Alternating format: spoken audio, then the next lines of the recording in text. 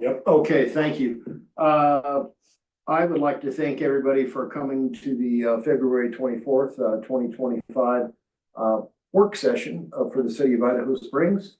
And we'll get rolling here at 5:32. We've got 5 things on the agenda. And by the way, I do know that Scott is coming. Just as an update, Jimmy Clark wanted me to share with you that he has had a severe visual impairment from, of all things, this virus that he's been fighting. Yeah. And but his vision is improving. He couldn't even read the E on the chart and felt maybe he was fooling himself. Was it a right E or a left E, you know, or a down E, you know? Oh, great. And so we all know how big that is at the beginning, and now he's able to read the third line. So he's hoping to be here for the next meeting.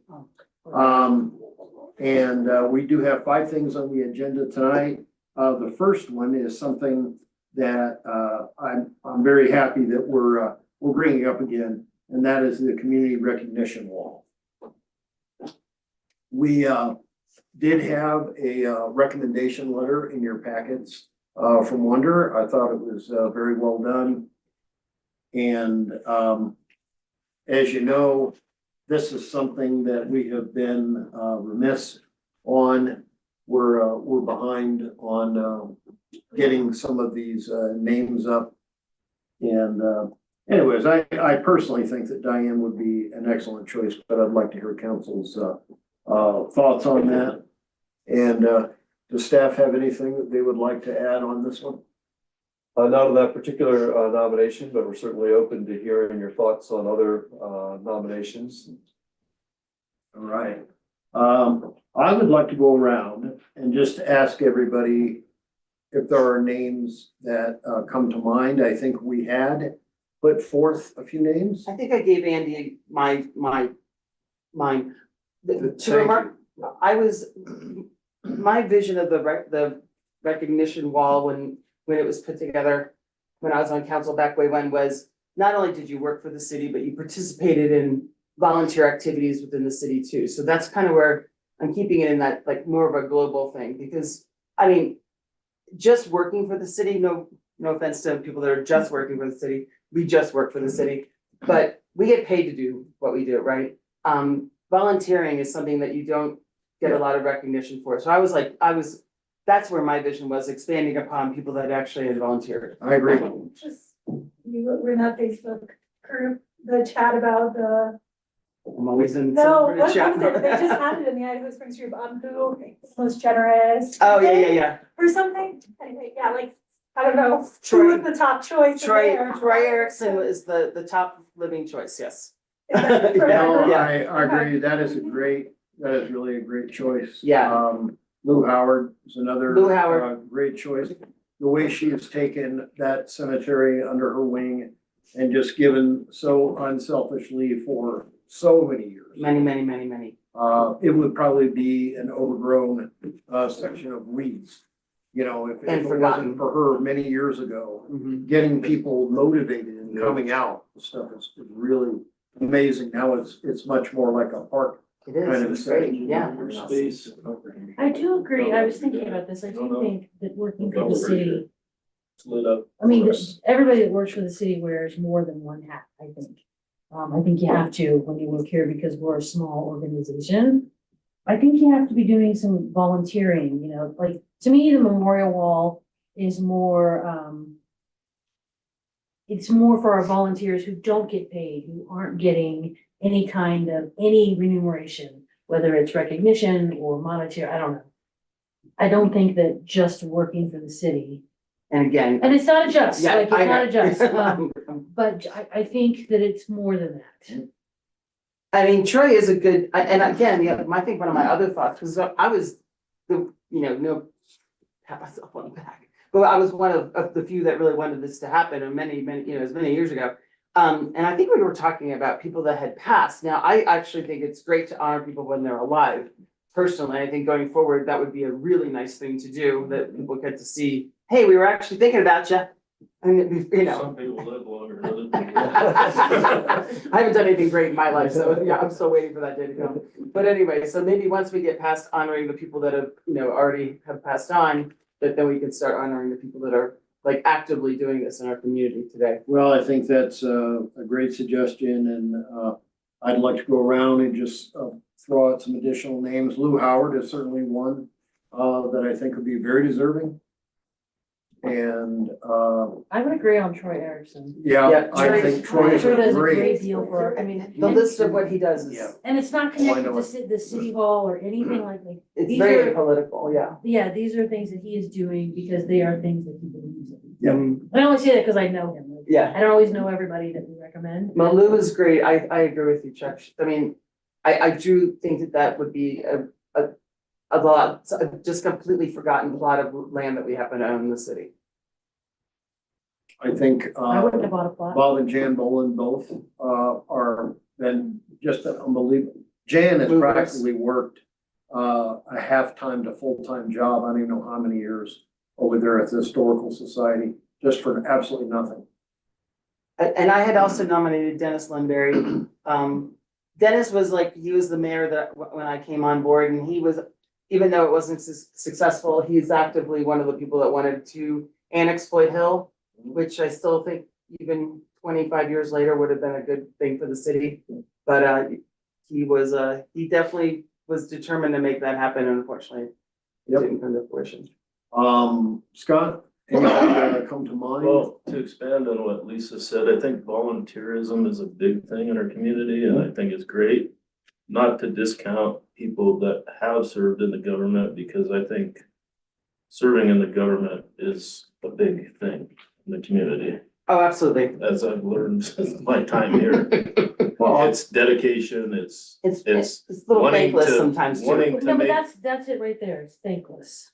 and it's wanting to make the community better, and, not everybody's gonna agree with everybody's point of views. That's why we come together. Yep, Yeah. well, Scott, we have a member sitting here with us, did like 16 years on planning for exactly nothing. Yeah, not a penny. Yeah. I'm talking about me. Some Oh, of yeah, us totally. raise our hands more than once, like Lisa. You're on council and you volunteer She for does a other. bunch of Yep. things, yeah. So, I mean, at the top of my list, I'd say. When you die, I'll nominate And you. or Jan. Yep, I agree. That's it. Very Jeremy, anybody come to Probably mind? dead.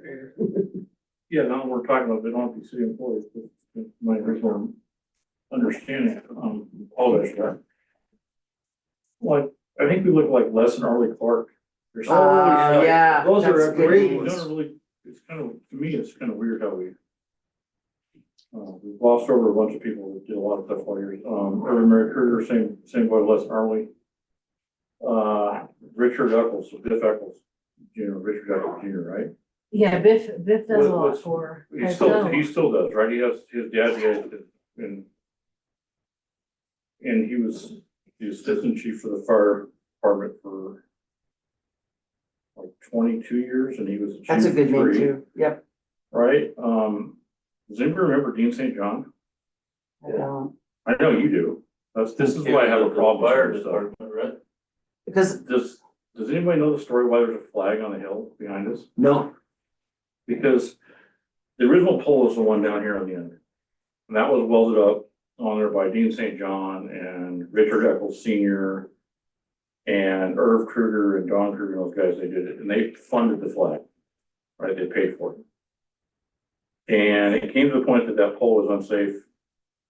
And the fire department paid for the current pole with the idea that the city dug the hole and put up the lights. These guys used to fundraise for the flag. So when Irvin passed away and Dean and Irv both passed away, I made a deal with that I would take over. So the reason there's a flag on the hill is because they paid for it. They paid for it for 30 years. I've been paying for it for like 15. Wow. Right? So we have a lot of history in this town from people that were selfless. We have a fire department in this town that went from 1878 until recently that was all done by these individuals getting up in the middle of the night. The central hose house renovation, all that, the grant match for that didn't come from the historic society, it came from the fire department. Yep. It came from them That's awesome. selling pancakes Yep. and t-shirts and T-shirts, begging for money. and doing whatever they could for 40 years. We had fireworks in this town for 45 years, not because the city paid for it, because these guys all donated all of their time for weeks to make it happen year. Running around with their boots. I remember that. I was like, I was Yeah. gonna say, we should bring back the boot. I don't want this history to disappear, is kind of my point. Yeah. And, it you know, tends to with, not like the new generation, but if you look at the last 15 years, people have no idea what we're talking about. but I think that you've touched on a bigger kind of issue. Yes, the memorial wall would be excellent. But I mean, a firefighter's memorial, because we went from the bucket brigade up to what we have now, would be even more apropos, I think. There's a lot of history that was funded by the individuals like Les and Arlie. There's money still being used for projects, right? Oh, yeah. Especially the historic side. It's not because they were rich, it's because they were No. willing to put the effort forward and give money out of their own pocket, their own retirement to fund moving forward. And I think that's something we recognize in some way with this wall. Beyond, they work for the city, like Grace Chateau's I think she's on the wall. She volunteered for the ambulance for 25 years on top of being city clerk. Wow. For pennies. Who was that? Grace, she was the city clerk, and then I think she's on the wall, but she's not, she should be. She is on the wall. Right, I think she is on the wall, but she volunteered for EMS, from the startup, inception, from day one for 25 years as an EMT. I On mean, top of working for the city. So we need to it's get this pretty stuff down is what we need to have it. We need to have it written, you know, not written down, obviously, but digitized so that we have this. A lot of it's, if, a lot of these records are actually in this, or digitized down at this.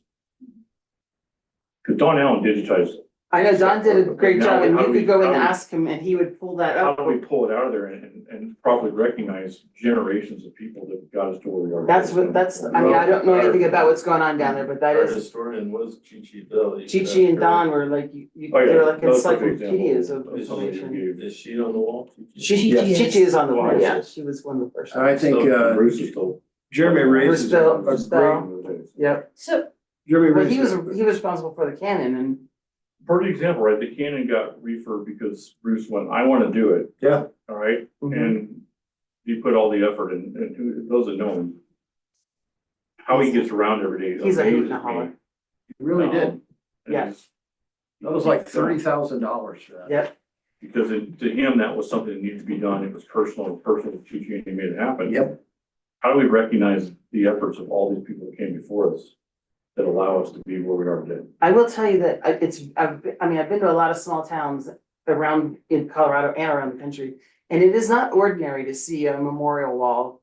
And I think that we could really do something really special here, especially since, I mean, this is not only, you know, the center of Colorado, essentially like geographically, but I mean, it's really where and why it all kind of started, and like it was happening, but not to the extent that Idaho Springs made it happen with the gold rush. So whether it's the fire or the cemetery, I think there's just a lot of opportunity to collectively memorialize our history. so this kind of moves that scope outside of just the wall. I do believe, I'm with Kate 100%. I think if you're on that wall, it's more than who you work for, it's what you did. Mhm. It's like, you know, the people that did other things outside of just where you work.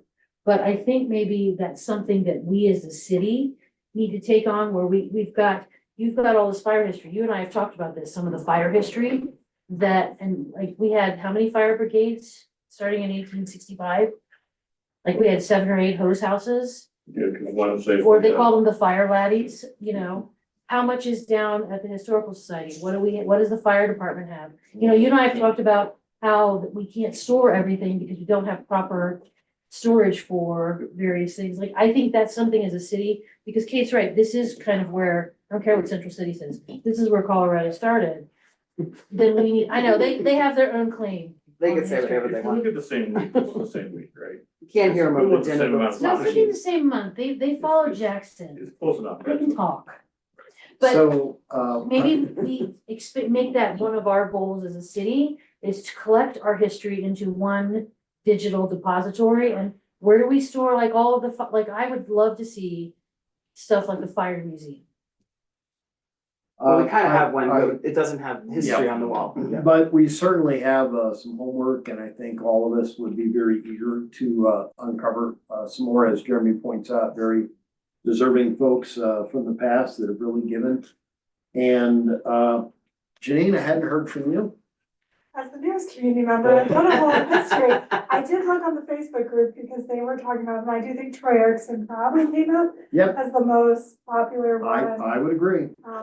without doing an actual count. Of those living, yes, I'm sure he did. Let me ask the group, how did you feel about the rest of the recognition wall? Like that we're going to do it as weather permits, every year, in the, say, spring, late spring, kind of a thing. Did anybody have any issues with us With the guidelines. Yeah, I moving think- forward? They were good. All right. And, And I'd like to expand on something Jeremy said.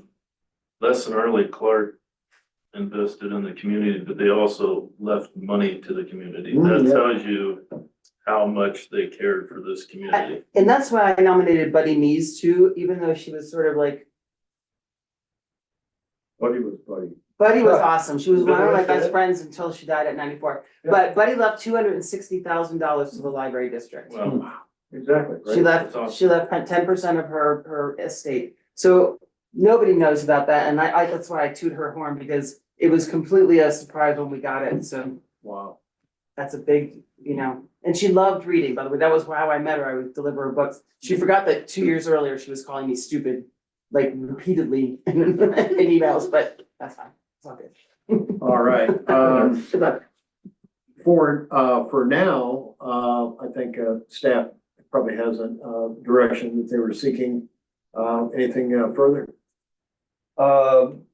Mayor, if we could just take a moment maybe to go back through the names and just, maybe for staff's benefit, just get an idea of maybe the main item they should be recognized for, because we have just a little space to describe Yes. the Yes. recognition, and we try to be All right. brief and All right, abbreviate. then, So we'll go around, Lisa.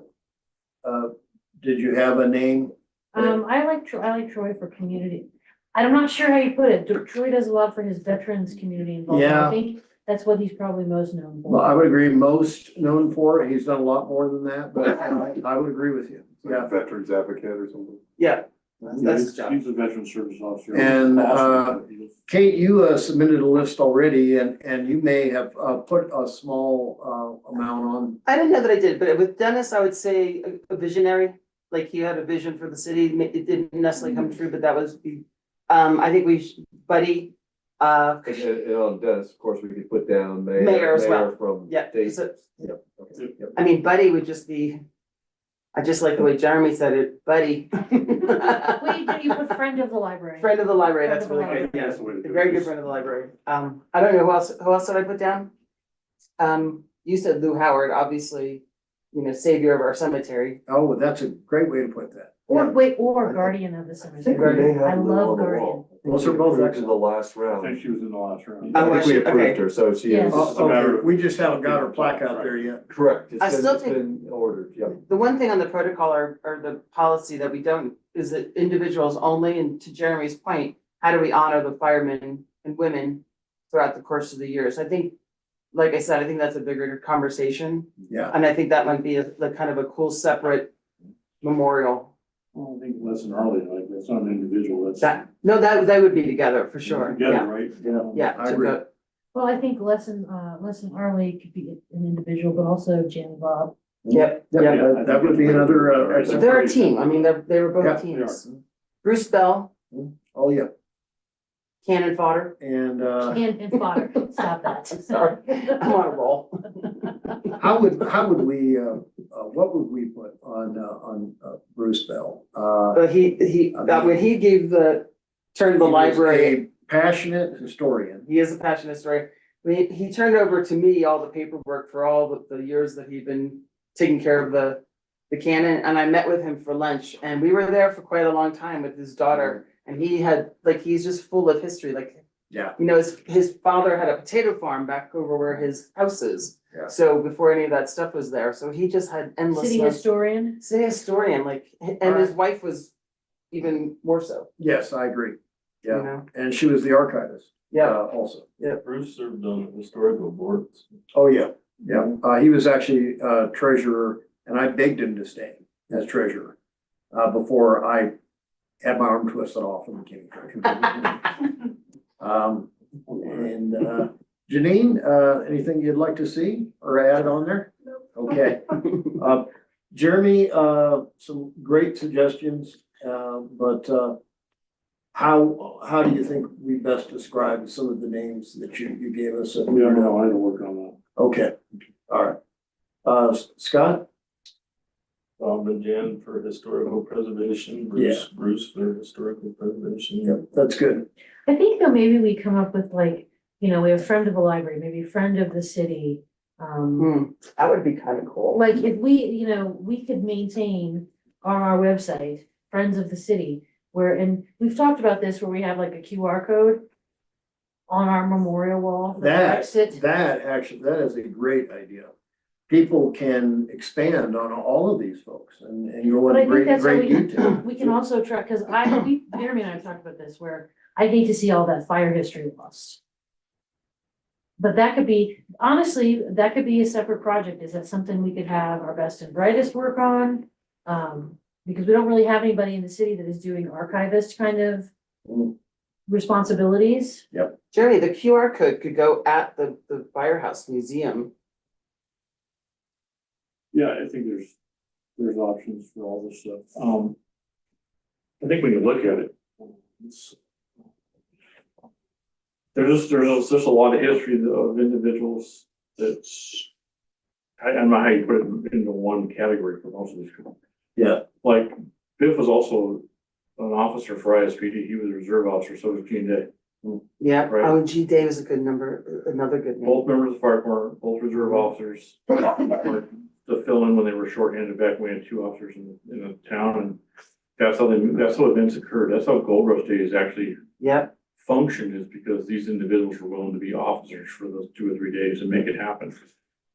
So I think I'm not, like I said, I need to figure out how to write this out, but there's so much stuff involved that I think we lose sight of now, because we have a PD that's 8 individuals, right? We have all the stuff now that we didn't have 25 years ago. Right. Especially 30 years ago.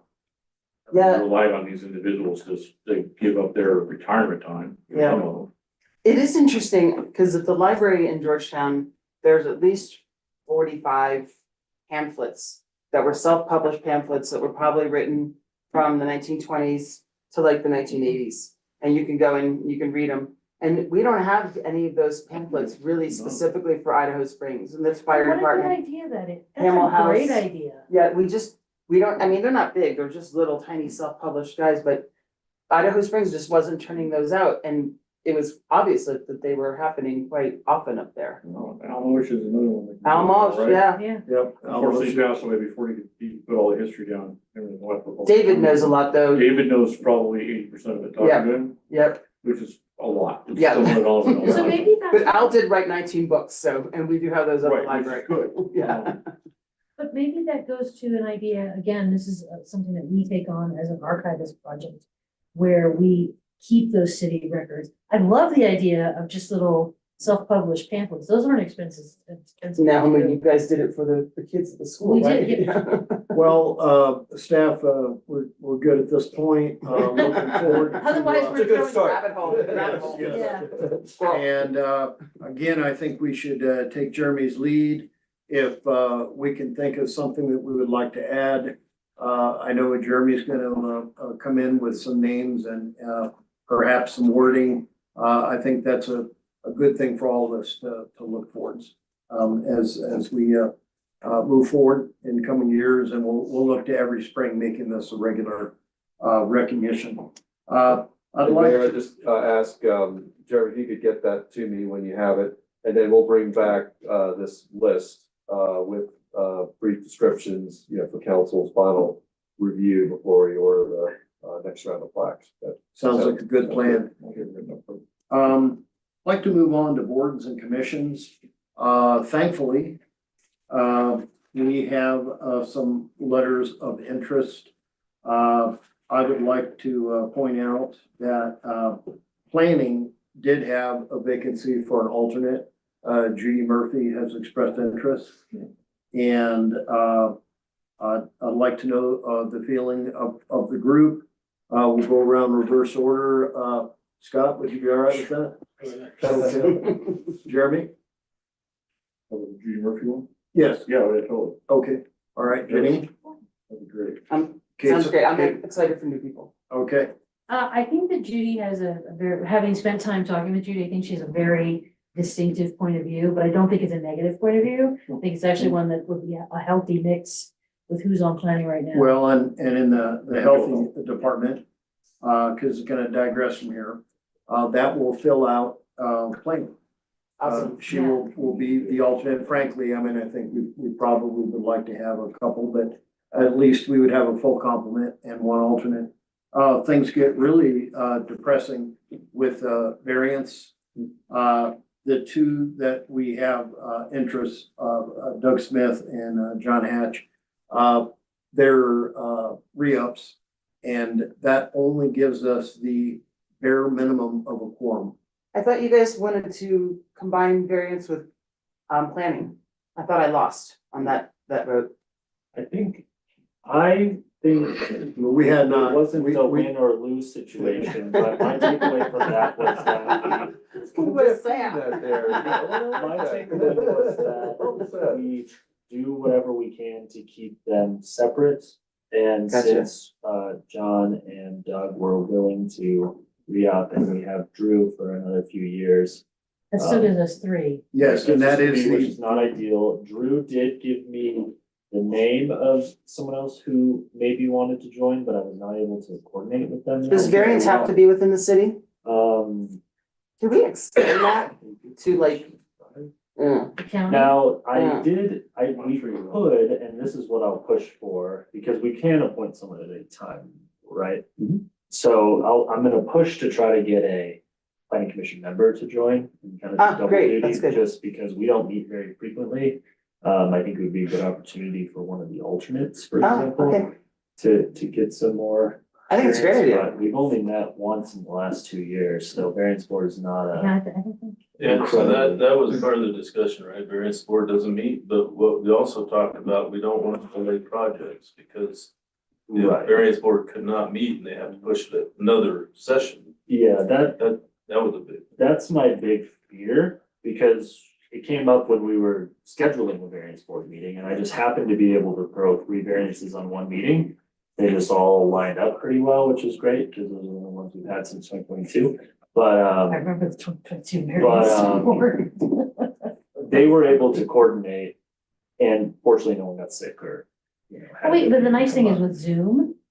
We Yeah, can still because- do Zoom. One of them did have to attend via Zoom, so we only had 2 people in the room. It made for a kind of a interesting meeting, just because there's like 4 people in the room, you know, but it worked out okay. So I think given that how infrequently they meet, I would rather push to try to get one Sure. more member than or 2 really would be ideal to have a full yeah, board. Dylan, that would be ideal because we have no choice right now if anyone is sick or on vacation, but to put a Right. meeting out. And the upside is they don't meet on regularly scheduled times, so we can say, hey, Maybe whenever. give me a date that all 3 of you can make it, and then hold the feet to the fire, I guess, but. So anyway, we're holding off on that, but if for some reason we lose a member, then we don't have a board, we kind of have to figure something else out. All right, and because we are gonna be voting on this tonight, does anyone have any issues with Doug Smith or John Hatch continuing? I didn't think so, but I just had to float it out there. And does the staff need anything further on this one? Okay, we will, On these boards, they have to be a resident of Idaho Springs. I think Dylan is just. Planning they do, for sure, but On variance, Doug is not a resident. So I don't believe so for variance. And he's been on variance for a while, hasn't he? Yeah, he Yeah. has. I mean, he's an expert on it, I'm pretty Mm, sure. oh, yeah. yeah, I don't think we should, I mean, Planning If only we're because saying they're in Idaho Springs, we might be limiting ourselves to Well, less planning applicants. should- with planning should though, because Planning, yeah. if you live on Floyd Hill, then you don't really I- care what yeah, I happens agree in with that. downtown Idaho Springs or Variance. East End. Variance is a matter of Variance looking is at like- ordinances. and Yeah, seeing they're if- looking at fence lines and things like that and where sheds are placed. Chapter 5 does say that they're supposed to be a resident of the city for variance board and planning commission. Let me change that. So- Yeah, he's research. So, out of our board members, We live on the edge. All right, now we're good. They should Well, have I mean, exceptions. Can't we change that? Is that state, or is that something that we made that We rule? make a variance to that. Doing what you variance did. or variance? Oh, I will look into that. Let me make a note of it now, and because that would be Anybody very wanna be a variance? easy. No, any takers, no? We don't want to say that we're not playing by the rules. It would be a very easy, I guess it'd be an ordinance for a code amendment, but it'd be a relatively easy one, sounds like. we have. Maybe at council's discretion, but I don't think planning, I think planning should, like, I would not agree for this for planning, but for variance, when you're interpreting actions of the city versus the ordinances. Yeah, ordinance is really a lot of rule interpretation. I think that actually you want to be able to pull outside the city with people that have experience in that field. All right. Kind of leverage that. Yes. So maybe an ordinance along the lines of, Sure. given experience, we are able to pull outside of the city limits for our variance board. Okay, Scott, that's a good question. Yeah, I'll look into it. I'll reach out to Carmen and Nick tomorrow and say, Thanks, Don. because that would seem obvious to just get some more people on. I mean, we could do within a certain mileage of the city if you needed to or something. Limit it to 103. just Creek County. That's a good idea. Just Douglas. Yeah. Um, But we actually really would need to make sure we're Douglas, because wherever that is, needs to be okay. So- I think he's outside. No. Making this so much harder. No, we'll make an exception. We'll make it an hour response. If you have, if Our you're response experience in Yeah, the if you have field. experience, if there is Maybe that- experience that, because I know on HPRC, we have people that don't live in the Oh, city or yeah. the county. HRC But is they allowed have- though. To the table, right? Yeah, but they're bringing stuff to the table that if we let them go, we Oh, look yeah. ourselves in the face. Yeah. No, that's actually one of the boards that. All right, Months then, because of that. So this is a bit of a conundrum. Yes, I because- know. I know what you're thinking. Take my advice and do the hour response time and. Well, but I'm also thinking about the actual voting on the variance board member who's not a resident. It's. Yeah, that's gonna be old. Can we amend that voting this Not that I'm evening aware that of. as long as it will work with our city ordinances and applicable laws, that we support this member? Given their experience and their past history with us, Seriously need some volunteers, Subject man. to verify his residency. it's hard.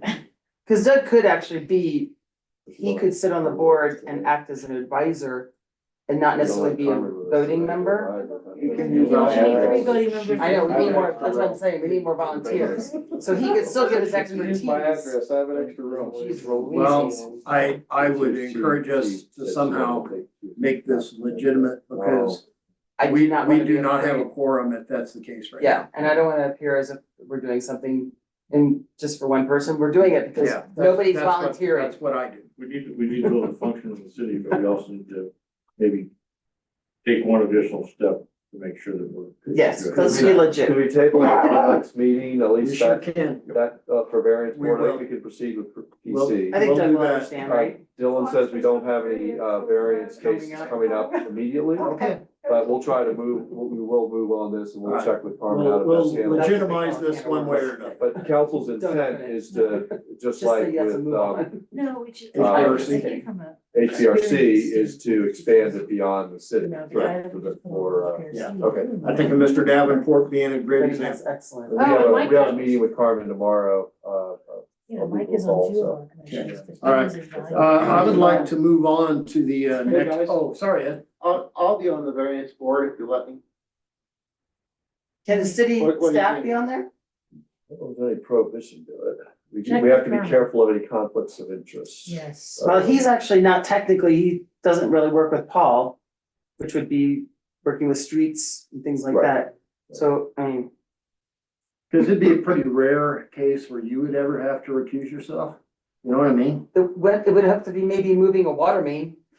And that would still fall under my purview. Yeah, so I don't see what, Ed, I don't think that Ed should be excluded from that. Yeah. A water tank might be the only thing, but we're only building those every 50 years or so.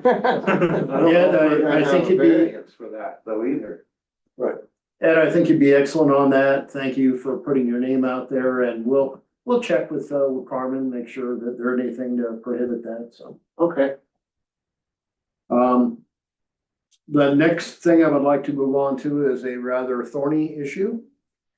The XL franchise renewal, and I only say thorny because, I didn't see anything wrong with the renewal, but it's that underlying issue of, just a lack of response on, street light outages. It says in the contract that, we will have someone to, Contact person. a contact, which has been, iffy, at least lately. So anyways, I'm happy that we have, some legal advice, tonight. And, would like to open it up, staff, would you like to kick this off? Sure, we have online Brandon Dittman. He is an attorney who has assisted us. He specializes in one of his areas of specialty is franchise agreements and utility matters. And so we're members, the city is a member of the Colorado Utility. What's the full name? Brandon, help me out. Yeah, the Colorado Communications and Utility. Yeah, Board. you're on mute.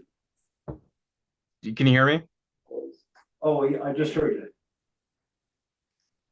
Can you guys hear me? Is he on mute? Is he muted on our end? No. Colorado Utility Issues. Alliance. Can you guys hear me? Not yet. Okay.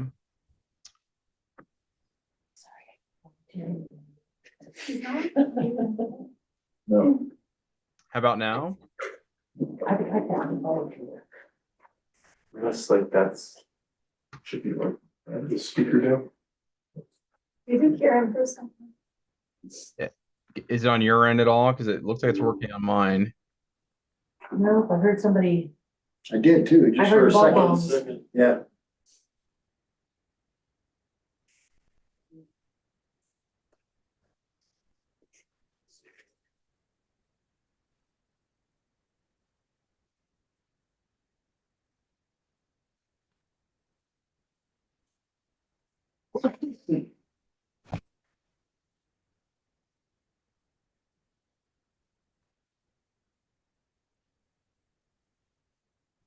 The speaker should be working.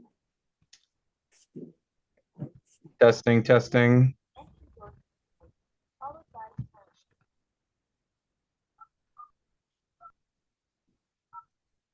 I don't know why, Brandon, we can't get you your voice for some reason. Do you think it might be possible to join via audio, via phone or something like that? Yeah, okay. Not ideal, but. See if that works, 'cause it-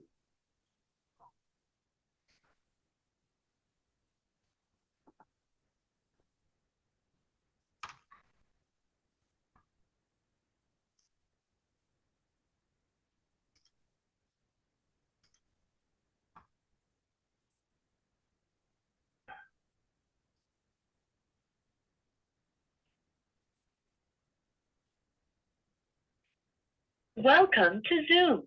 Enter your meeting ID followed by pound.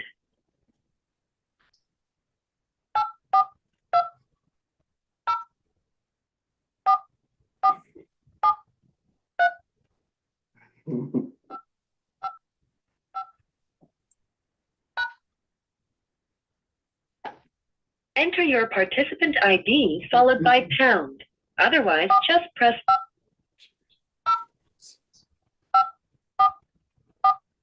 Chuck, why is this topic squirrely because, or spiny or whatever you said it was, because, of our lack of communication levels these past few days? You're real close. I said thorny. Sorry, I was like spiny. But I only know that the question had been raised, do we want to sign this with, the difficulties that have really never, they haven't been resolved? They haven't been addressed. by them. Where, we go months and sometimes, like, we wonder if we're gonna live long enough to ever see the Oh, nice. streetlights come back on. Well, they're back on, but my issue with this one is, what do we have to pay? You guys hear me now? I'm on my phone. Whereas if I called and said, hey, my light is out across the street, Excel would be there, but they're dealing with us, and we're probably paying a premium for that dealing. And we can't get our streetlights downtown? Well, and Not only that, we have the same interface as every other citizen. We don't have like any, Special in, yeah. And this is what I was saying in the contract, it says that the city will always have, a named representative from Excel, but at least as of late, that's been very tenuous, It tends to be a revolving door Yeah. where, I called the person that we had contact with, last month. And that was that person's changed position, moved on with the company to another position. And I don't know who's supposed to be, who we're supposed to contact anymore. So you leave messages to try and get hold of somebody, and you're lucky if you get a response. And I say also thorny because I don't know, and we can hear from, Brandon on this. There really is any legal way to hold up, say, signing a franchise agreement over our unhappiness with not having a named representative that we can count Don't on. they have the corner on the market? Like who, what do we have? for a choice? Actually, they don't. So we have the choice. I mean, we haven't had a choice, but it's not exclusive. So what do they have on Floyd Hill? Is it United Power? If they were to ever expand, for example, I'm not saying that they would, but we're right next door. They could come in. It's not an exclusive agreement that we sign I'm with going solar. Excel, and we'll have our lawyer chime in with this as well, but. Yep, I don't know that we can hold up, the undergrounding, understanding or the renewal agreement based on the streetlights. the undergrounding, doesn't that benefit us? I mean, that's putting, Well, it does. So do we have to I pay think the it's roads? about 1%, of gross revenues. Can you guys hear me yet? No, You cannot hear me. Okay, I've done everything. why don't we, Dylan, should we go on to the next topic and just, is that Brandon too? I was gonna say, maybe we skip until Dylan and Brandon can figure out the, Well, Kate, I think that is an excellent suggestion. we can go to the parking kiosk. I think part of it is Brandon, sorry, Dylan will end up doing double duty Yeah, on that on the one. parking kiosk too, gotcha. Bummer. Did you just try calling on your phone? Well, no, I can't call in with my, I can only join as myself I and can then try it to would join. kick me off with this. What if he got on a cell phone call and we put him on speaker? We're close enough that might work. Could work.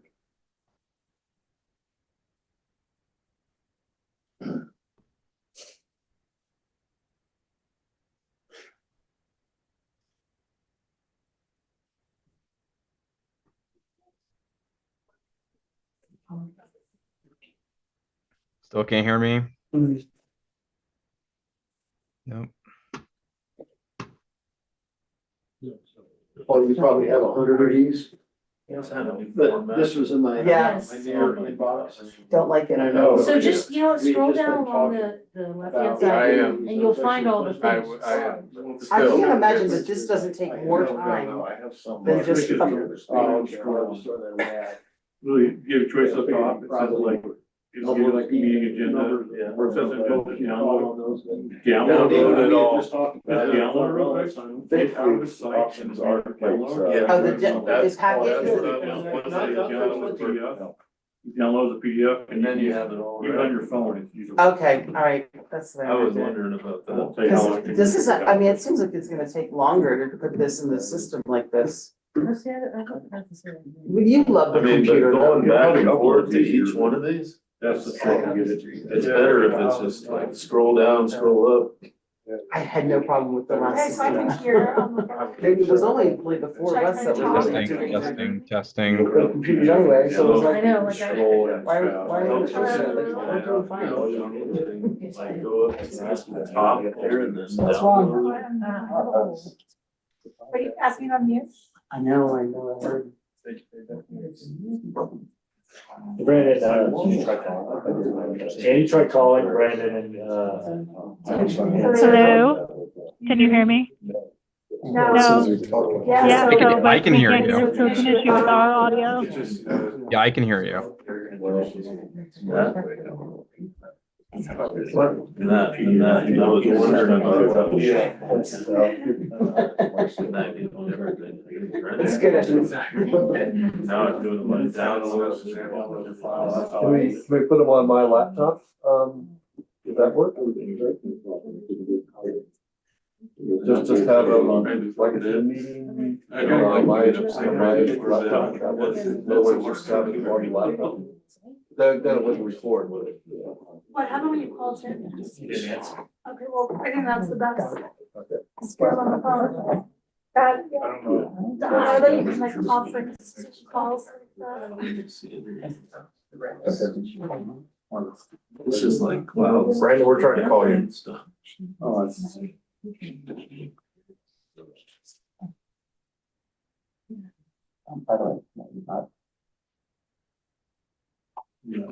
No, that's probably. At least a very good. No, so, thank you. Hey, can you hear me? 'Cause I was like, Yes, I can hear you. Excellent. Okay, let me, put you on speaker here. I can faintly hear him. Okay, and I'll put you on speaker too, so hang on just a second. We may have to work out some feedback and things here, but just hang in there. Yep, no worries. Okay, we have Brandon online on my phone. Hopefully everybody will be able to hear. Do it the old fashioned way. Brandon, welcome, and we did have some questions for you about the renewal agreement. Yep. And one thing is, after you have reviewed that agreement, did anything stand out to you as unusual or not in the best interest of the city? No, we do many franchise renewals a year, with Excel. And what I can tell you is that, your agreement is very similar to the latest ones we've done, for the town of Fairplay, for, Salida, for, Windsor was another recent one, which had similar issues as you guys have. And it's extremely similar in both structure and, substance. There's nothing particularly unusual about the Idaho Springs franchise other than the fact that it expired before we could get it renewed, which creates, as you guys know, some issues. But other than that, it's pretty standard. Thank you. Another question that council had. My read is this is not an exclusive agreement. I only bring that up because United Power is in a neighboring community. I don't know that they would expand, but if they did, it would be possible, would it not? Just because my understanding is this is not an exclusive agreement. Yeah, so it's a good question. And what you need to understand is there's really kind of two levels of regulation here. There's a regulation we have, locally through the franchise agreement. And you're absolutely right, it is a non-exclusive, franchise, which means another provider could come in and serve Idaho Springs. But there's another level of regulation, the State Public Utilities Commission, which does set exclusive service territories for utilities. And so, Excel has an exclusive service territory for the city of Idaho Springs currently. That doesn't mean that they could either Excel could give part of that service territory to United Power, or the United Power could challenge Excel's right to serve Idaho Springs. But so long as they have what's called Certificate of Public Convenience and Necessity from State Public Utilities Commission, Excel is the only one at the state level permitted to serve Idaho Springs. I understand. Thank you. One issue that we've had for a very long time in Idaho Springs is we will have street light outages. Yep. For 5 months kind of thing.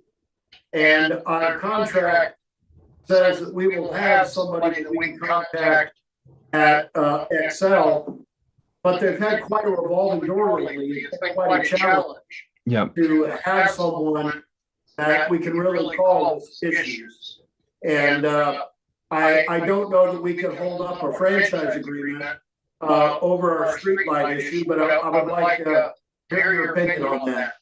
Yeah, a couple of things. I know I've been told previously this has been an issue. So Excel does and should have a contact that you guys can reach. It's right. It's our government affairs representative, which is the kind of the primary contact. Mr. Trejo, I believe, for you guys. They have had quite a turnover in their government affairs division over the past couple of years, I would say. And I think what we should do pursuant to your franchise, now and moving forward, and this has been done for the current issues, is that first, whoever the persons that deals with these issues in the city, which I think is your public works director or the manager, should contact that individual and say, we have a problem. And if that doesn't work, we have to elevate that issue and say, let Excel know at the higher ends that they have not responded to the issue. And so for the issues that I've been made aware of that are currently in the city, I've already made their legal team know that that's an issue. They told me they would be sending someone to, talk to you about it when this is up for second reading on the franchise. And I'm hoping that they also reach out concurrently and get the issue resolved. If they don't, please let myself or Carmen know so we can elevate it through Excel's legal process to make sure they comply. Because if they don't, it's a franchise violation. There's a process within the franchise to remedy violations, but that's something they should be doing. And if they're not, I think it's just a matter of elevating that issue within the company. All right, I'd like to go around just to see if council members have further questions. Jeremy? Scott? Lisa? No. Kate? Did, I forgot. We'll come back. Janine?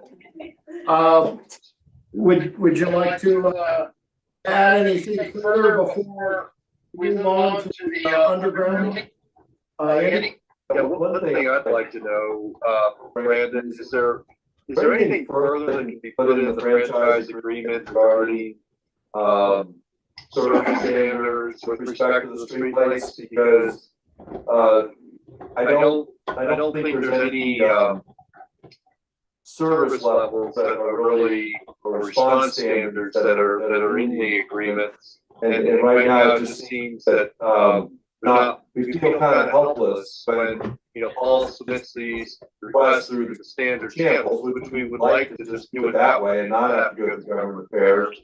And I appreciate hearing that really what we should be doing, if we're not, within a reasonable time getting these lights repaired through the standard reporting, that we can go through government affairs and start tracking that. And maybe, I guess I'm answering my own question, maybe that's really what we need to do under the agreement is start exercising that ability, that authority to go through our government affairs rep. And if we don't get responses that way, then we have more of a track record or Sounds like we can get a point of contact, but that doesn't mean you can get a street light. and that's fair It actually too. says It's up to the committee. Yeah. Whether or not they're doing it. And what I hear Brandon saying, we need to kind of also work that channel a little more and not get responses and that's not being responsive It's under correct the for them franchise. to determine if they're giving to us in Yeah, a but timely Tim- manner. Nothing to get out of it. So to answer the direct question, whether there's response standards that you put in the franchise, so those are actually governed by Excel's tariffs. So the tariffs are documents they have on file with the Public Utilities Commission, which set up basically their standards of service for not just streetlights, but for all portions of their building and so their business. Excuse me. So I mean, what we're effectively doing when we're saying that you're not responding to us in a timely manner through the channel set forth in the franchise, we're creating a record of performance. And what we could do if franchise violation process is not working, we could also inform the Public Utilities Commission they're violating their own tariffs. But in order to do that, we need to have a record of we went through the process. They didn't respond within the minimum amount of days, which I think is like 30 days, I believe, under the street lighting tariffs. And if you see, have records of all that stuff. But what I would, recommend now is doing a good job of tracking when we've asked for things, making sure we work for our public works contact, making sure we work through our government affairs contact, letting the company know through, at higher levels if it's still a problem, and then using our PUC remedies if necessary. Because those are, more expensive for the town to use than the franchise process. Chuck, does it make any sense to like alert through the newspaper or Facebook or whatever social media platform we have, that if residents notice these outages, they either, I mean, I'm sure they're calling the city. Are they calling the What city? weather outages, Like when the streetlights are- sometimes they do, but there is a number that you can call directly to Excel. I actually want, I want them to, I want them sort of like, let that be them, we need you to help us, because this is what's happening. So having an article in the newspaper that says, we're having our own little challenge with Excel, these are not our goals. If you see an outage, we want you to call. And I don't know how that, we document it, but if they're getting floods of calls, annoying calls, because there's a couple ways you can go in there. You can do digital assistant, or you can just go to outage, and I guess another way to like talk to them. I mean, is that something that we should do and ask Chris to like, Brandon, what do you think? I mean, if it's a problem, you need more eyes on the ground. I mean, you certainly can. The way Excel does this, if there is no complaints, is that they do studies, right, every so often, which may be 6 months apart, right, and so they're not, checking every week or every month, even if there's outages in any particular place. Is every so often when they have crews come through, they do a survey to see how many are out. So that's why, if there is no complaints, it takes a long time to get these addressed. Well, there's a financial commitment with the city for this memorandum of understanding, is that we pay to send a certain amount? Well, he's gonna get an MOU next. Yeah. Hey, Because basically, what we want, if we're paying for a service, we want something in return. Right. The service would be nice. Yeah, getting our electric treatment service. All right, anything further on the franchise agreement before we move on? Would you like me to explain? The MOU and undergrounding. Brandon, do you have one other thing you wanted to comment on? Yeah, I was just wondering if you wanted me to explain kind of the undergrounding program generally, since that does kind of lead into the MOU. That would be great. Yeah, so so the undergrounding program in this Excel franchise, and it's common to most Excel franchises at this point, and that of most other utilities, is what essentially happens is that from customers, 3% is collected of gross revenues for the franchise fee, which is used to pay for, essentially maintenance of the right of way. And then an additional 1% is reserved and held in trust by the company for the city to help pay for undergrounding projects, which is when you take, above ground lines and put them underground. And also when we are relocating, lines of, we have a street widening project, for example, and they're above ground and we want to move them underground, pay for that kind of delta of what it would cost to move them, above ground to above ground versus above ground to below ground. And so the way that program works is that when there's a public project, and a public project is a definition that's basically more than half funded by a public entity that requires undergrounding or relocation, this fund is used to pay at least a portion of, hopefully, the project costs to do that undergrounding. In the Excel program, you're also allowed to borrow up to 3 years in advance of that fund to help pay for these projects. And so that is how that program, works in the Excel franchises. Previously, the way this would work is basically the city would have to sue Excel to move those lines if they refuse to do it. And so this creates uncertainty, it removes uncertainty around whether or not these projects get done and how much is going to be contributed, towards those programs. It also creates timelines for them to do it. And so that's kind of one of the key benefits, I guess, of doing this sort of program that's written down versus essentially relying on lawsuits to make these projects happen. And so that in a very kind of 10,000 foot level is what the undergrounding program is about. And there's been over the years restrictions on that program, which kind of leads into the MOU, in which I can explain separately or now, or however you guys would like to proceed. All right, sounds good. You want to hear about the MOU next? Yeah, I think we can go with MOU now. Oh, yeah. Yeah. Oh, no, Okay. that's. Yeah. And just a reminder, we got items. One is the ordinance to approve the franchise agreement. And that actually, at Excel's request, was postponed the first reading, and that will be postponed to the 24th, am I right, of March? I believe that's correct. Yes, is the next meeting. Yeah, for the franchise agreement. For the franchise agreement, for the ordinance. And then there's a resolution for the MOU for the underground that Brandon's about to speak to, that council can act on tonight. Yeah. Well, that sounds good. Please, fill us in on that. Yeah, so the MOU is, what we sometimes call a side letter or side agreement to the franchise that clarifies, one particular aspect of the franchise that's really a, kind of a big win, for us in these negotiations, because Excel's position for the past several years has been that they will not allow cities to use their undergrounding funds for alleyway projects.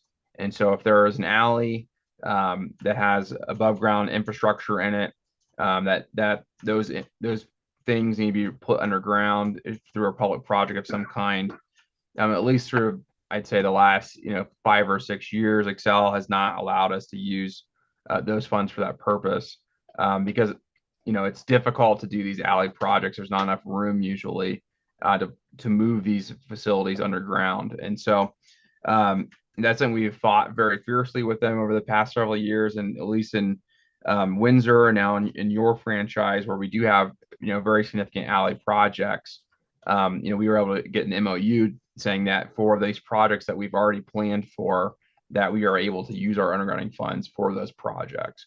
And so, for Idaho Springs, that's part of your transportation center project, where you have an alleyway which is affected by that. And we were able to secure this MOU, which says for that project, you're allowed to use the undergrounding funds you have, and all your other rights available under the undergrounding program, which is a pretty significant win relative to other franchises that you get signed all the time, which do not have this right.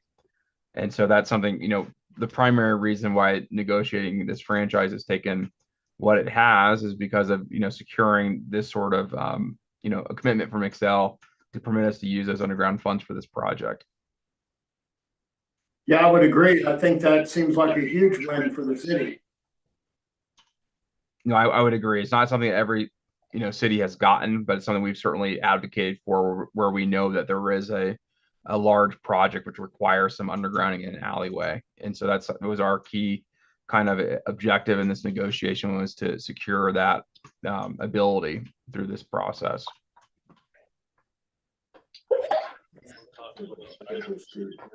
Yes.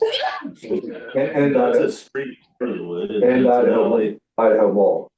So Idaho Mall, is that considered alley? Brandon, do you think, so we have Idaho Street, which is a street, it's called the street, but it's kind of like an alley behind where our mobility hub is. And that's the primary focus for this, the concern or the desire to do the undergrounding. But then also with this MOU cover the Idaho Mall, which actually is a pedestrian mall, but historically was an alley. Any thoughts on that? That was pretty much a street. Was a street before? Yep. Street. I guess it was a street that eventually was closed to pedestrian only. So. Yeah, so you have to look at Exhibit A of Okay. the MOU, which defines the project boundaries, and that was what was given to me is defining the project boundaries. And so if it's outside of that kind of red box, then this would not cover that, and so we'd have to renegotiate to include that piece. Okay. Yeah. So so the boundary does include Idaho, the whole length of Idaho from 14th all the way down to 17th. Yeah.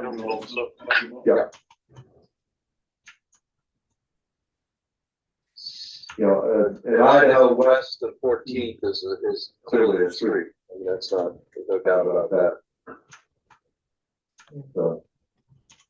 This MOU isn't tying us to just this project, it's allowing us to do this project along with other uses that our funding can be used for. Correct. Yeah. So if for any other non-alleyway project, you'd still be able to use your underground funds just as you would otherwise. And so it is really specific to, Excel's position for the past several years that you cannot use these funds on alleys. So we're going from underground. No, particularly where the parking structure is. Okay, so that presents an issue when you go to the buildings. Yep. So how does that? Because usually that's typically the owner's responsibility to go from the pole to the building. Brandon, And your there's thoughts on gonna be difficulties as far as logistics. Yep. So those are the customer lines are an issue in these projects sometimes. In a similar project in Windsor that we negotiated a very similar agreement for, it was also a problem. And you're right. I mean, typically the customer lines are the customer's responsibility. And so when you have these large projects, sometimes they do require relocations or changes to customer lines. And what, we have done in some of those situations, like was the case in Windsor, is that, as part of the larger projects, support was provided to those owners to do that work if necessary. And so in their case, they had a BID, a business improvement district, which was giving out grants to do that. I'm not sure how your project would, one, whether it would require relocation of customer lines or not. And, two, what the funding source would be. But as part of this project, you would probably have to relocate at least some of those, and those would traditionally be the responsibility of the owner of that building to take on. That's huge.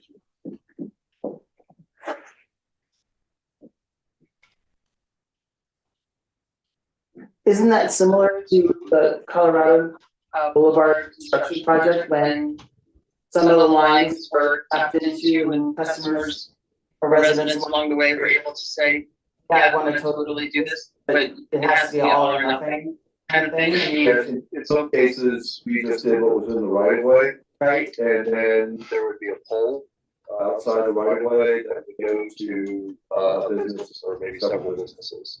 So it wasn't ideal because we'd love to be able to get everything on the ground, Uniformity of it. right? But that was a challenge because we were mainly focused on the right of way, getting the underground done, and so in some cases going to a pole and then the business. So my question is, we said this tonight. Is this like all or nothing, or is this just a stepping stone to going to the next step, and then we go and we look at all these individual lines and what the effect to each individual building owner is gonna be? I didn't think it was a building owner focus. I thought it was a public project. We use the undergrounding funds for these public projects. Like, they have to be based on public projects. So the undergrounding fund can be used to underground overhead power lines for a public project. In this case, it would be the parking structure. But then you have to get the service line from the transformer to the various businesses. Right now, overhead lines from the poles to the businesses. Isn't undergrounding safer? Like, It's much, it's much visually, it's much better. but safer. Safer. Yeah, I would say it's I mean, you got less parking and not that overhead lines are totally unsafe, that's. tell California about it, whatever. Generally, it's more reliable to have underground service lines than it is to have above ground. Then there is a safety aspect. There's less, if a truck comes through and knocks it over a transformer, cuts a line, less likely to happen if they're all underground. So there are benefits to doing this. Yes. Different benefits. So right now, the poles are on the parking lot side that go across Idaho Mall, right? If they put the pad mounted over there, every line has to go through Idaho Mall underground to the service of the building. which is extensive. Is this gonna be, whether or not this gets done, whether this undergrounding gets done, is it gonna affect the mobility center? I think it might for the parking structure, because I think there's a conflict with the deadlines where we want to put the parking structure. Now, that's one block. One block. That's what's critical. And then the rest of it we'd like to do because of the benefits. Yes. How many businesses are affected? Yeah. Less businesses affected in the first block than we do with the subsequent blocks. Because you're gonna have all that dug up. I'm not sure that we're digging up Idaho Mall for any other reason, though. It depends ultimately what we come up with on the plan, but You're yes. gonna be digging it all up when you try to go underground all these businesses. So that's gonna all be redone, so the financial aspect is who's paying for that, who's paying for the lines to the businesses. There's gonna be difficulty getting to the businesses. Cause Scott, you're talking like 10 Gs or more, kind of thing, aren't you? To each business? Yeah. Yeah, I would say, I don't know. I mean, it depends on the circumstance, right? In some cases, there's not a large, way to go from the transformer to the business, and some places times there will be. So it's hard to say until the engineering is done on what the underground, setup is going to be. But what the important thing to remember is that this agreement does not commit you to do that project at all. It just says that you're able to use the funds that you've accumulated in the underground fund to help pay for it. The concern is they're talking with Brandon about this. The concern was when he brought this to our attention is that, oh, well, what if we get into a go around Excel over using our underground funds for those lines by the future parking structure? And that's where this all started. And then with this MOU, we carved out an area that's related to our building hub project that gives us the option to use those underground funds for those lines if we want to do that. And it could be just one block just for the parking structures. It could be for the other 2 blocks where the pedestrian wall is. Well, I'm just thinking that one building, I have interest in this. I'm thinking the difficulty to get where my electrical source is and where the transformer would be. That's probably got right idea, it's about 10 grand bill maybe. And if I'm a building owner, I'm not the only one. If I'm a building owner and I get a thing from the city, hey, we're going underground, that's great, I love it to be underground. Oh, you gotta pay 10 grand, what? So is there relief that these building owners are gonna get some of the funding to pay for part of this or all of this or, That's not part of this. But if the agreement was to use the underground it doesn't buy us. Moving to the next phase. Yeah, it'll be another project. So we need to consider the impact of business now. That's when we determine if we can do this or not. We do the whole parking structure? No. Just the underground. Like Jeremy said, back up to one law is not gonna be the issue. I think when we build a project, part of building the project is we look at the impact of the businesses longer. And looking for funding, part of that looking for funding is how we offset the impact of the business owners to go underground, right? So this is something that we need to look at moving forward. The MOU just allows us to have one additional funding source that was working on. Sure. I'm just, we're not at the final No, stage. the discussion is for the conversation That's after true. this. Yeah, that's what we need to have Kind of the forefront for the project design. Because there is going to be possibly impact to business owners that we need to consider in the broader. And one more thing to clarify is Excel puts the underground to the transformer. From the transformer to the building is not Excel. This is That's just, a private electrical contractor that will charge, not doing it for free. It's gonna charge for that service and whatever that costs. Different buildings will have different costs. this is no different in my mind to the reconstruction of high wall, my wall, and the retaining walls. Because ultimately, there's gonna be, I believe this is the way it should go, there should be a shared expense for the betterment of Yeah. your I would business. agree with that. Okay, a share, so the burden would be on the homeowner or the business That would be my. If I get some benefit, I'm getting benefit, I don't have to look at those ugly telephone poles anymore. Worried Back of the about, building, yeah, worried I about. can look out the windows of Put that a building, deck up see the there. water wheel without the lines sitting there. No, anyway, I might be willing to pay a good chunk of that, but that's all I'm saying. is I think you're you're putting this on different people. Not yet. All different people might have different Yeah, but opinions. that's not about part of that. this. Yeah, That's not part of this. Yeah. But that will be. It'll be a discussion. Brandon, can you see any reason why the city should not move forward and sign this MOU? Simply because it gives us the option of taking advantage of the funds.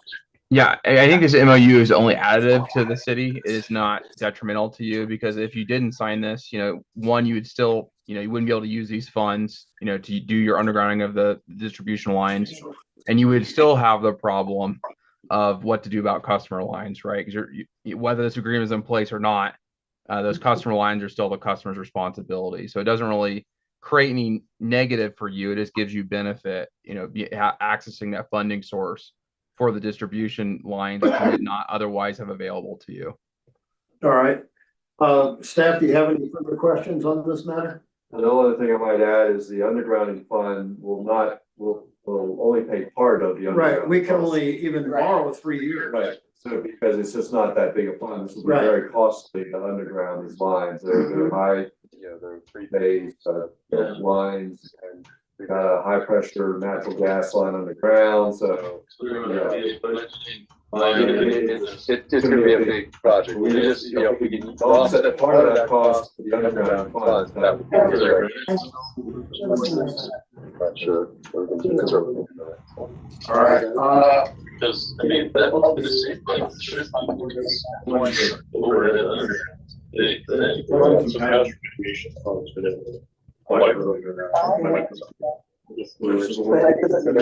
I would remind people that business is not, not always the owner of the building. This goes on the owner of the building. Absolutely. Anything further from council before we move to the final line? And Brandon, I want to thank you for being with us tonight. Just make sure you didn't have anything to add to either one of these last two issues. I don't think so, unless you have any questions for me. I think, as you already heard, Excel did not get the noticing done in time to have that, be approved tonight for before the franchise. And that's just because there's a very specific noticing requirements for franchise that's unique to them. But otherwise, I think this is the best deal we think we can get. With Excel, it's very similar to all the other Excel franchises that have an MOU component. Not all of them do. And I think it'd be beneficial to the city, kind of given the law that exists around franchising, to sign it. Well, I have one more question, Brandon. Sorry. When Excel goes and does this work, from my little knowledge of this, is they'll look at this project, they'll give it a price. But when people give a price and they have no competition, the engineers come out and say, this is what it's gonna take. Who binds them to fair pricing? Yeah, I mean, that's you've highlighted an issue, with these types of projects, right? It's like they have requirements under the franchise to give us cost estimates. Those cost estimates are not very detailed, in all honesty, on how they're calculated. A lot of the information used to calculate those estimates is confidential and proprietary, and there is no, really oversight body other than enforcing our franchise and saying that, we can only pay what the actual costs are that you owe us, a cost estimate and a detailed statement of accounting once the project is done, and we can do audits on those programs if we need to. And so the oversight is really the franchise, and there is no other mechanism. We can't independently bid this work. There is no kind of oversight authority of the PUC necessarily over this. It's really just us enforcing our franchise and making sure we hold their feet to the fire when we think things are done incorrectly or in excess of what they should be. I need you now to come here and I wish I had. Well, Brandon, thank you. Are there any further questions? Brandon, thank you very much for being with us tonight. We really appreciate it.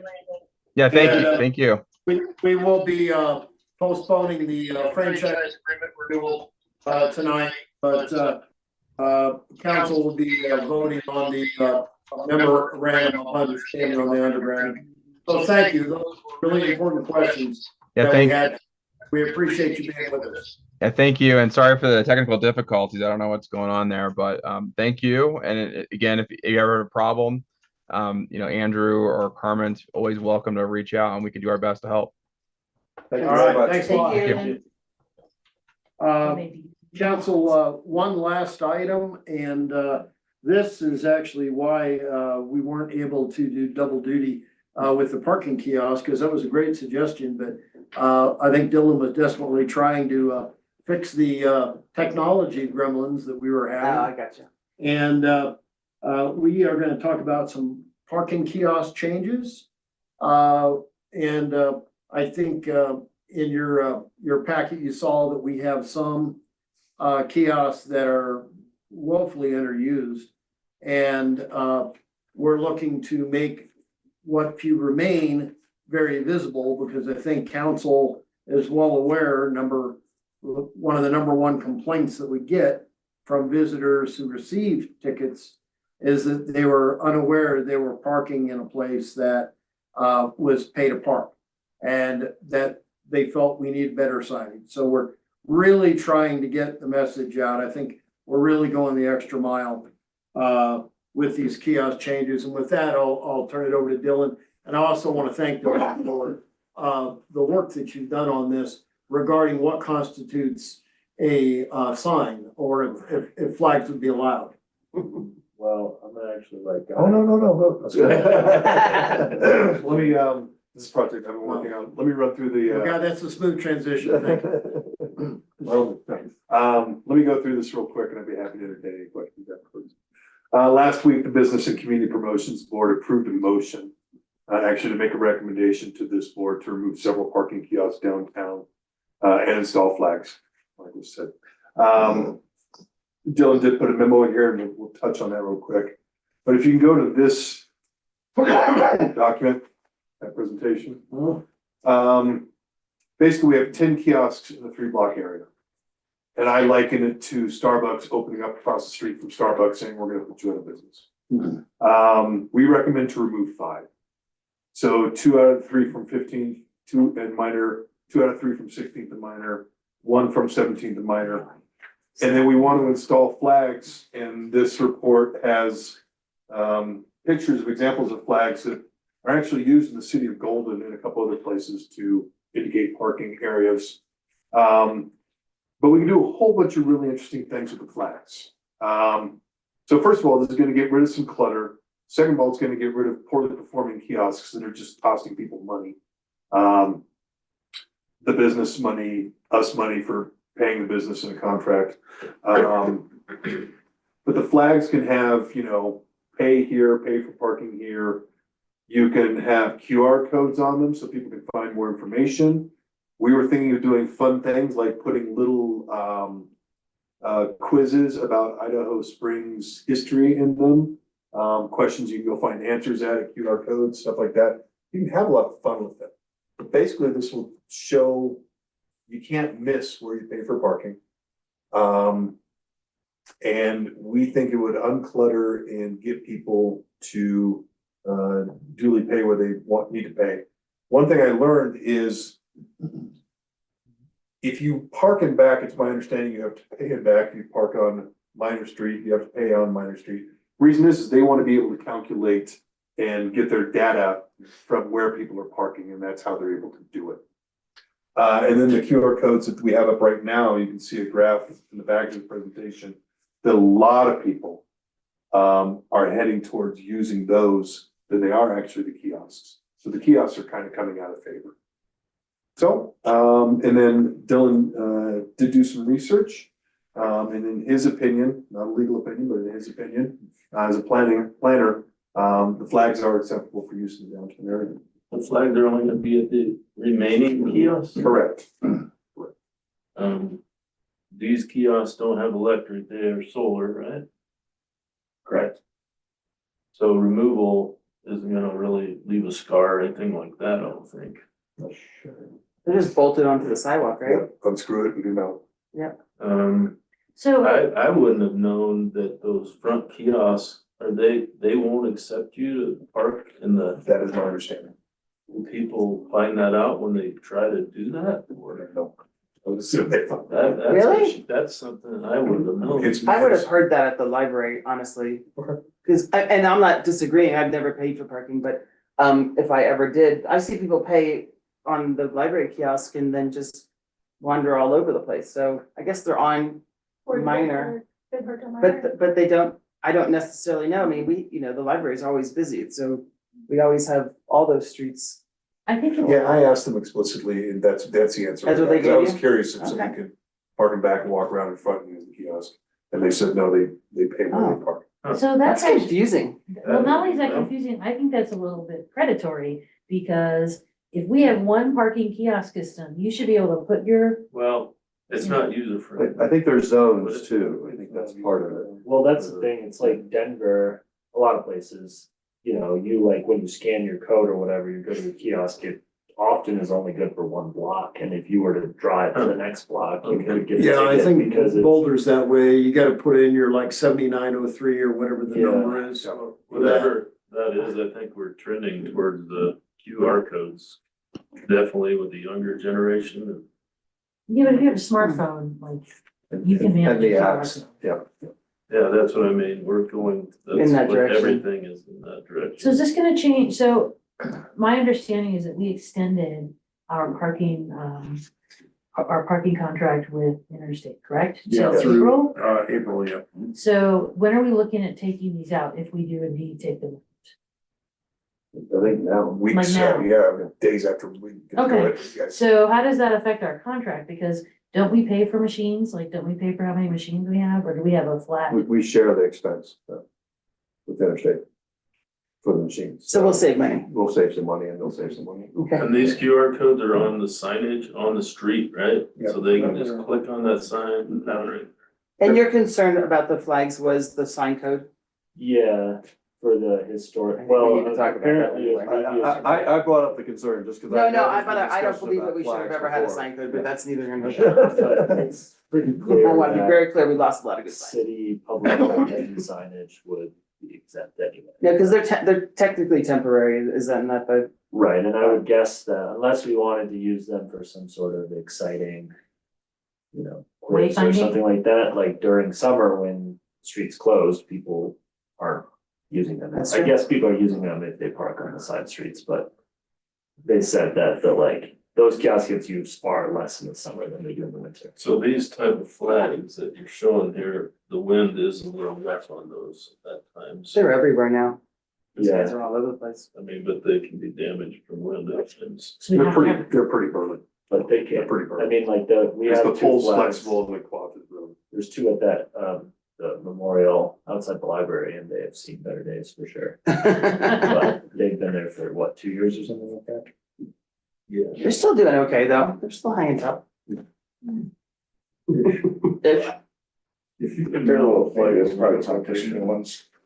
That solves your Yeah. wind durability problem, so if they have a fixed pivot. That usually solves the wind issue, because they can't rotate and destroy themselves, the ones by the memorial or. Fixed.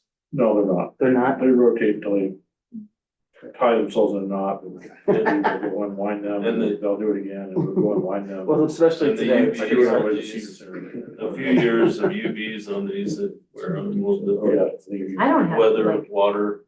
I like Get the a few idea of years saving out money. when it's good. I like the idea of flags, if that's what helps people see it better.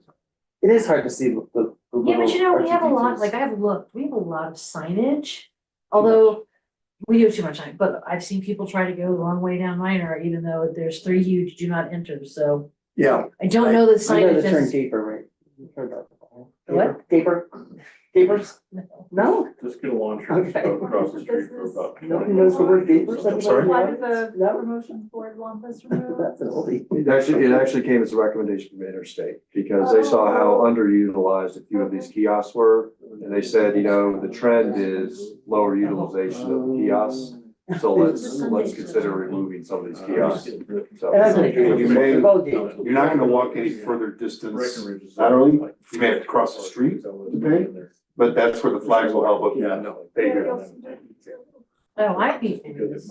Yeah, I mean, getting rid of some of those kiosks is a plus. I mean, Yeah. The less Uh, clutter on the sidewalk until we Better. redo the sidewalks, the better. Also, just for what it's worth, we heard from Ashley at Interstate that in Morrison, they tracked the violation levels in Morrison when they put the signage up, and it reduced the violation rate by like 7/8.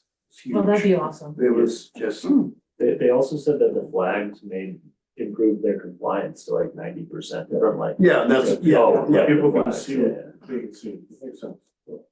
But it was literally several times better. Oh, that's good. Because of, yeah. So, anything further from? So council's good with proceeding with this plan I, to I'll remove go around, everybody all right? Thanks, I'm good with it.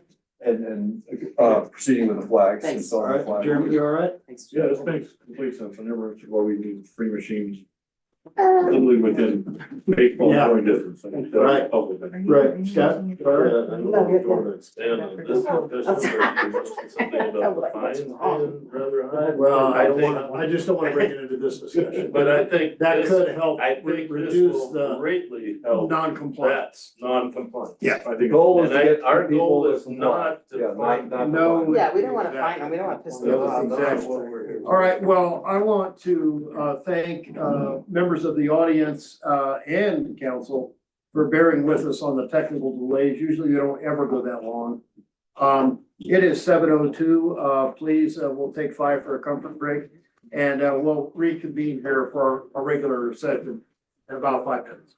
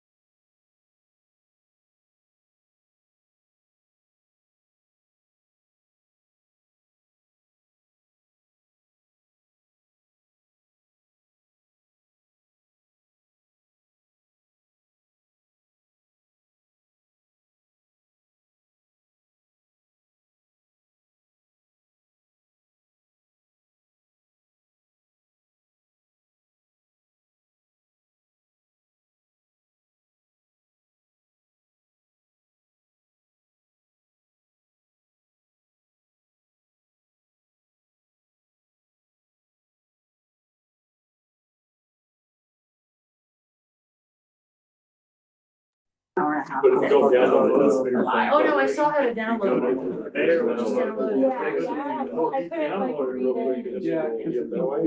Okay, I gotta need to play with Yeah, it, that's because fine. I opened it on my computer at home. I'm just trying not to print or do anything. Just run that.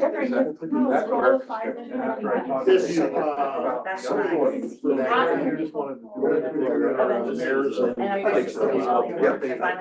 Just looking for directions, okay to have you sign. Oh, I see what you're saying.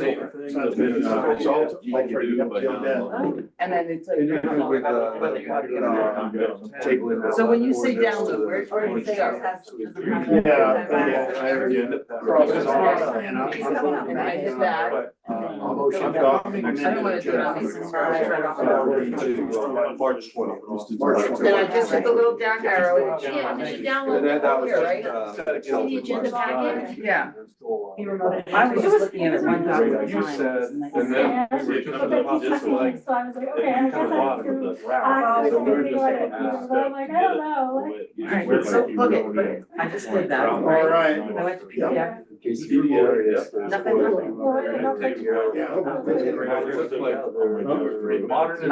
I'm in, like, really fascinated at the library. I'm like, what? It's broken. It's not working right now. It's broken. Oh my God, it's so hot in here. They just came just to. You have a Where it window. goes on. Okay. What? They should all open now. What? Yeah. Windows open? Just, No, no, no. Oh. Hey, I would ask everybody to please, come in and take your seats, we'll get rolling here. And I would like to, thank everybody for, being with us for the regular council meeting for the city of Idaho Springs for, February 24th, 2025. And, we'll call the order at 7:08. I'd like to start off with a roll call, please. Janine Mariani. Here. Kate Collier. Here. Jim Clark. Lisa Manifold. Here. Scott Pennell. Here. Mayor Pro Tem Jeremy Jones. Here. Mayor Chuck Harmon. Here, all please rise, for pledge of allegiance. I pledge allegiance to the flag of the United States of America and to the republic for which it stands, one nation, under God, indivisible, with liberty and justice for all. Thank you. Please be seated.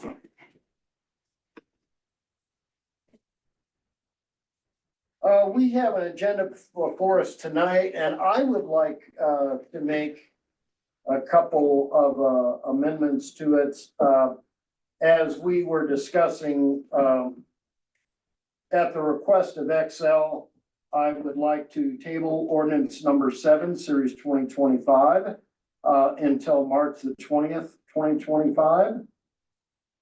And, that, is something that we will be, postponing with council's permission. And also, there is a letter, every one of you should have that, about the Colorado Rural Development, State Office. And, about what it means, for the community, to receive this grant.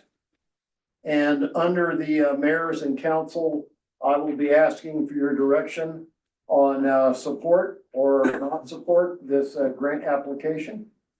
And, so I would also like to add that, to the agenda under, the mayors and, councils, when it comes up. And, that's my motion. And do I have a second? I'll second that. Second from Kate. And any further discussion of the agenda tonight? Hearing none, all those in favor, please raise your right hand and signify by saying aye. Aye. Any opposed? Does anyone tonight feel they have a conflict of interest?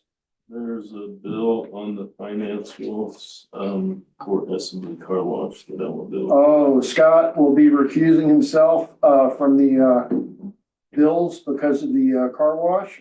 Understandable, and thank you, Scott.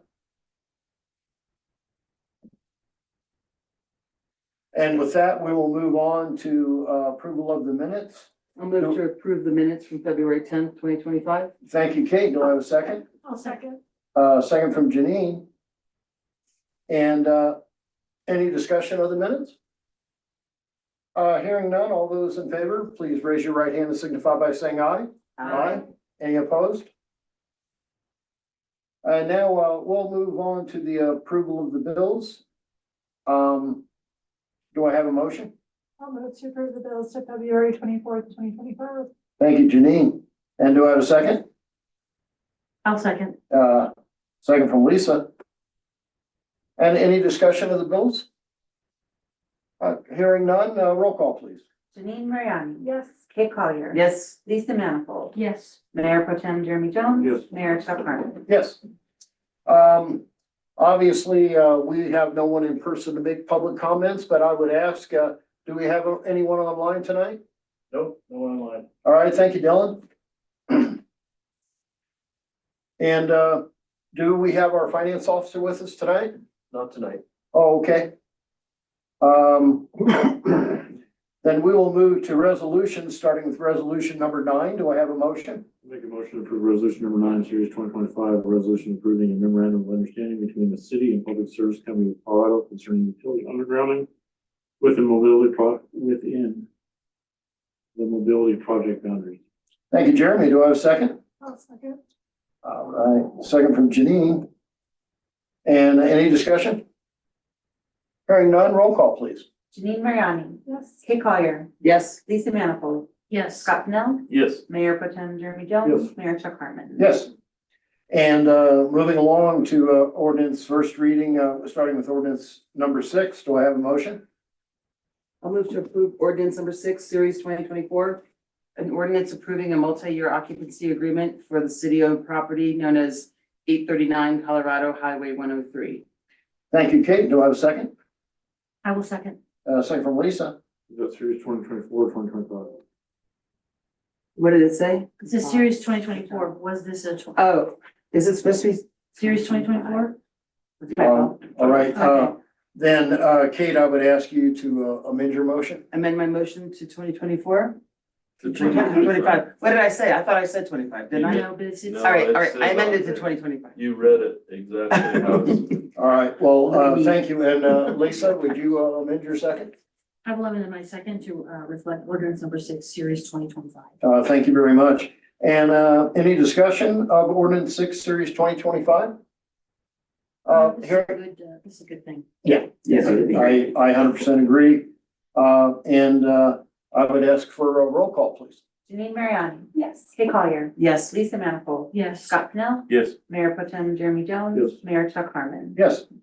And as previously mentioned, we will be postponing ordinance number 7, series 2025 to the 20th of March. And we don't have any second readings tonight.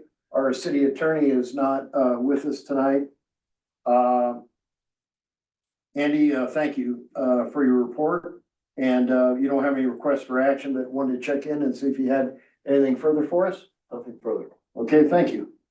And Guy, thank you for your report and just wanted to make sure you didn't have anything further. Nothing further. All right, thank you. And Dylan, anything further for us tonight? Nothing from me. All right, thank you. And Wonder, I want to thank you for your letter of recommendation for Diane Breeze. It was very well done. And wanted to see if you had anything further for us tonight. No, Mayor, I don't. I would like to add something that normally you report to us on, where you keep us very well informed of sales tax figures. And because this really relates to future sales tax, we just got a report for the January I-70 traffic numbers. And it's down almost 12% east and westbound. And so I'm just saying, you know, that this could end up having a pretty significant impact throughout all of these communities along the I-70 corridor. So it's something to keep an eye on, and that was January 2025 versus January 2024. And it's also significant with that decrease that it's still, that the highway's still getting shut down because of bad drivers. So Yeah, and that affects us as well. Wonder, we will be waiting with anticipation of your sales tax figures. So thank you very much. All right, and, let's see, Chief, we have your report, never a dull moment, including, vehicles and furloughs, going on, and, Chief, I wanted to see, if you had anything further for us tonight.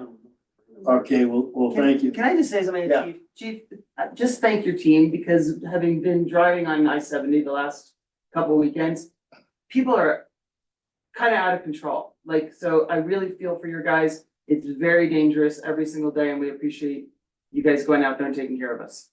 Yeah, thank you, Kate. Well said.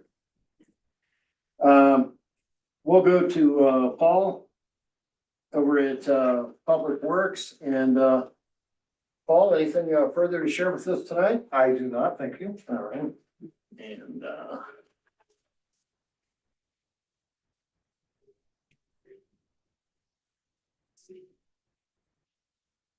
Ed, got your, staff report, and you did have, two requests for action. And the first one for 20,000, and, do I have a motion? Make a motion to approve $20,000 of additional cost estimate from JV Consulting Engineers to complete the engineering plans for Montane Tank from line item 51-72-7320. Jeremy, thank you. Do I have a second? I'll second. All right, second from Lisa. And, any discussion? Hearing none, roll call, please. Janine Mariani. Yes. Kate Collier. Yes. Lisa Manifold. Yes. Scott Pennell. Yes. Mayor Pro Tem Jeremy Jones. Yes. Mayor Chuck Harmon. Yes. And, Ed, you have a second, request for action. And, that's on the, Aqua Arena Control, computer. And do I have a motion?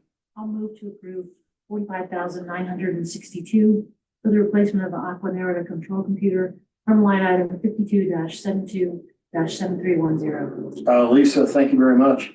And, do we have a second? I'll second. Second from Janine. Any discussion? Hearing none, roll call, please.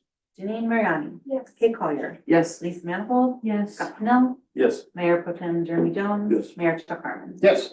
And, Ed, before, we move along, I, would like to, put a, fine point on a, award that I know that you have been nominated for. And I don't know if, you can tell me, but are you going to receive an award maybe this spring? I'm not entirely sure. There's an awards banquet in March or May. What are the M months? Yes. And is it March? And I'm gonna take the guys out to lunch, and I think it's Billy and I that can go to that awards ceremony. Mhm. And I am going to be required to stand up and have a speech. Well, Ed, I think. So we'll see how that goes. sounds Hey, pretty. hey, it is.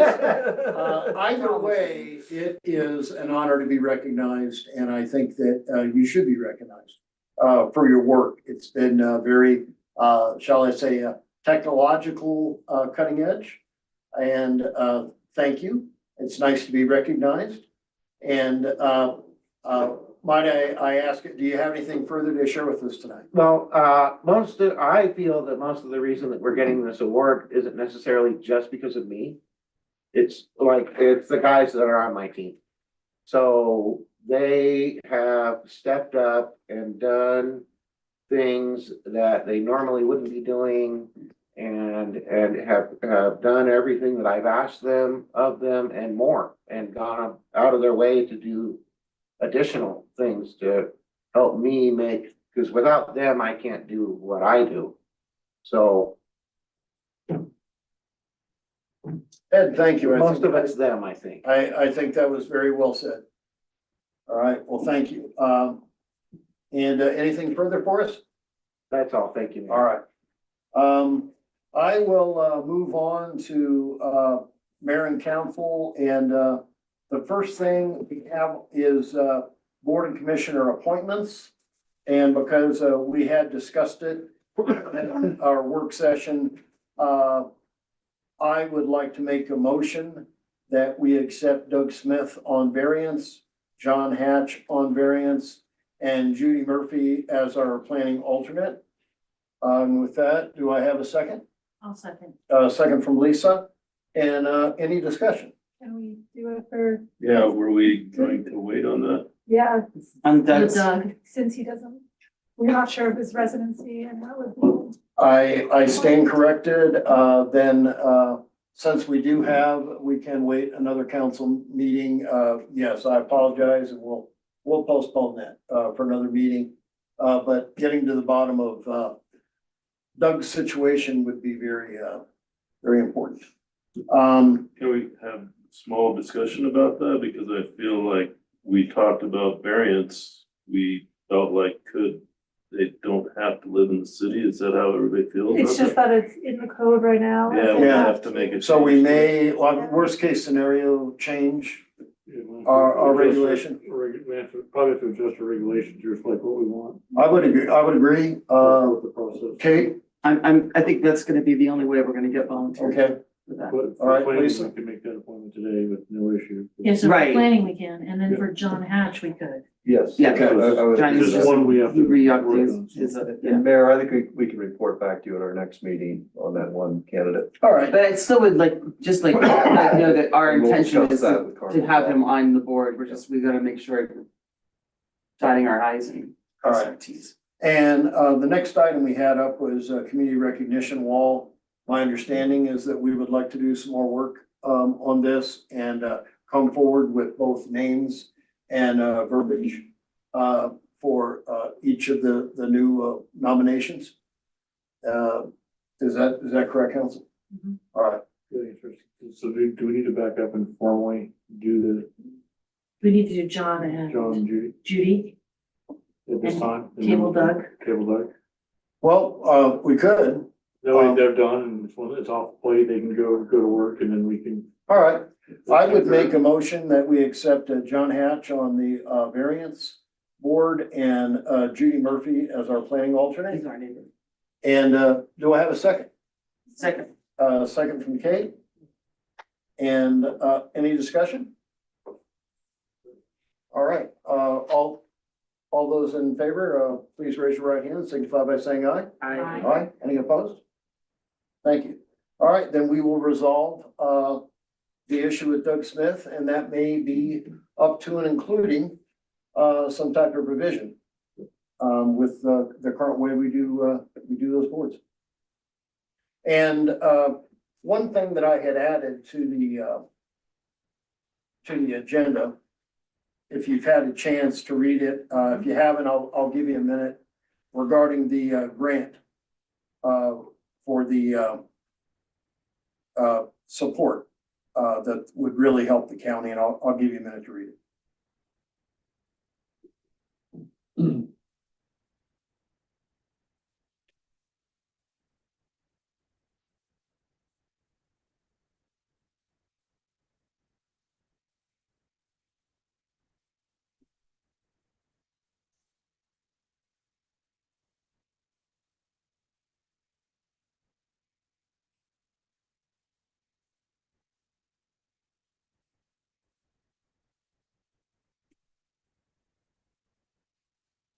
Is this funding through the state or the federal government?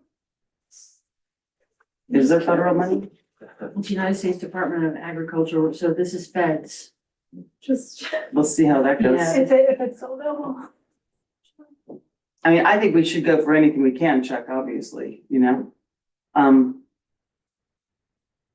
thought, probably most, if not all, would feel that way, but before I sign that letter, I need to make sure council is all right with this before we make that, something that I do. I totally appreciate that, but I think we're all in support of that. There are Okay. nods. Scott? Yep. Janine? And Jeremy? Very much so. All right, then I will move forward. We don't need to take a formal vote on that, but I did need to take the temperature of council before I sign that letter. Thank you. And I'm not getting too political when I say recently I had a call, Andy joined me on with our Congressman Goose, and I had mentioned the fact that we were well underway on the engineering of our transportation hub. and that we also met that January 28th deadline for the submission of the construction grant. Also, a bit of humor that frankly, I mean, that funny, that our mountain communities, I felt, were suffering a double whammy, where most communities are suffering from what I refer to as a grant paranoia, particularly when it's coming from the feds. And that also that I-70 traffic is down right at 12% east and west. So, you know, I think all of us understand that Congress controls the purse strings, but we have seen items that were approved in 2023 that were still not funded in 2024. And the only thing I'm illustrating is that sometimes there can be difficulties, like where funding was approved and now there's nobody left in the federal department to administer it, for example. You know, so technically they're not holding up the funds, but there's nobody to see it through. I appreciate Andy I thought said this best, where we were the recipients of a $1.25 million grant for the improvement of the park down there on the east end ball fields, right? You know, we were all looking forward to skateboard park and pickleball and things like that. But it puts us in a kind of a tenuous situation where it's hard for us to move forward, and I'm making a number up, but say spend $100,000 in design when we're really kind of uncertain about that $1.25 million because it's a pass-through coming from the feds to the state to us. So, Andy, is that a fair statement? No, that is a fair statement, yeah. CPW gave us an update, and they really don't know much more than what we know from what we're reading in the press. So, but our concern is with the skate park, for instance, moving from design to construction. Before we enter a construction contract, we want to make absolutely certain we're going to get reimbursed under this grant, even though we have a contract. And right now, that's in question. Exactly. But I've been sitting in on some of the meetings because my organization is mostly federally funded. Of course.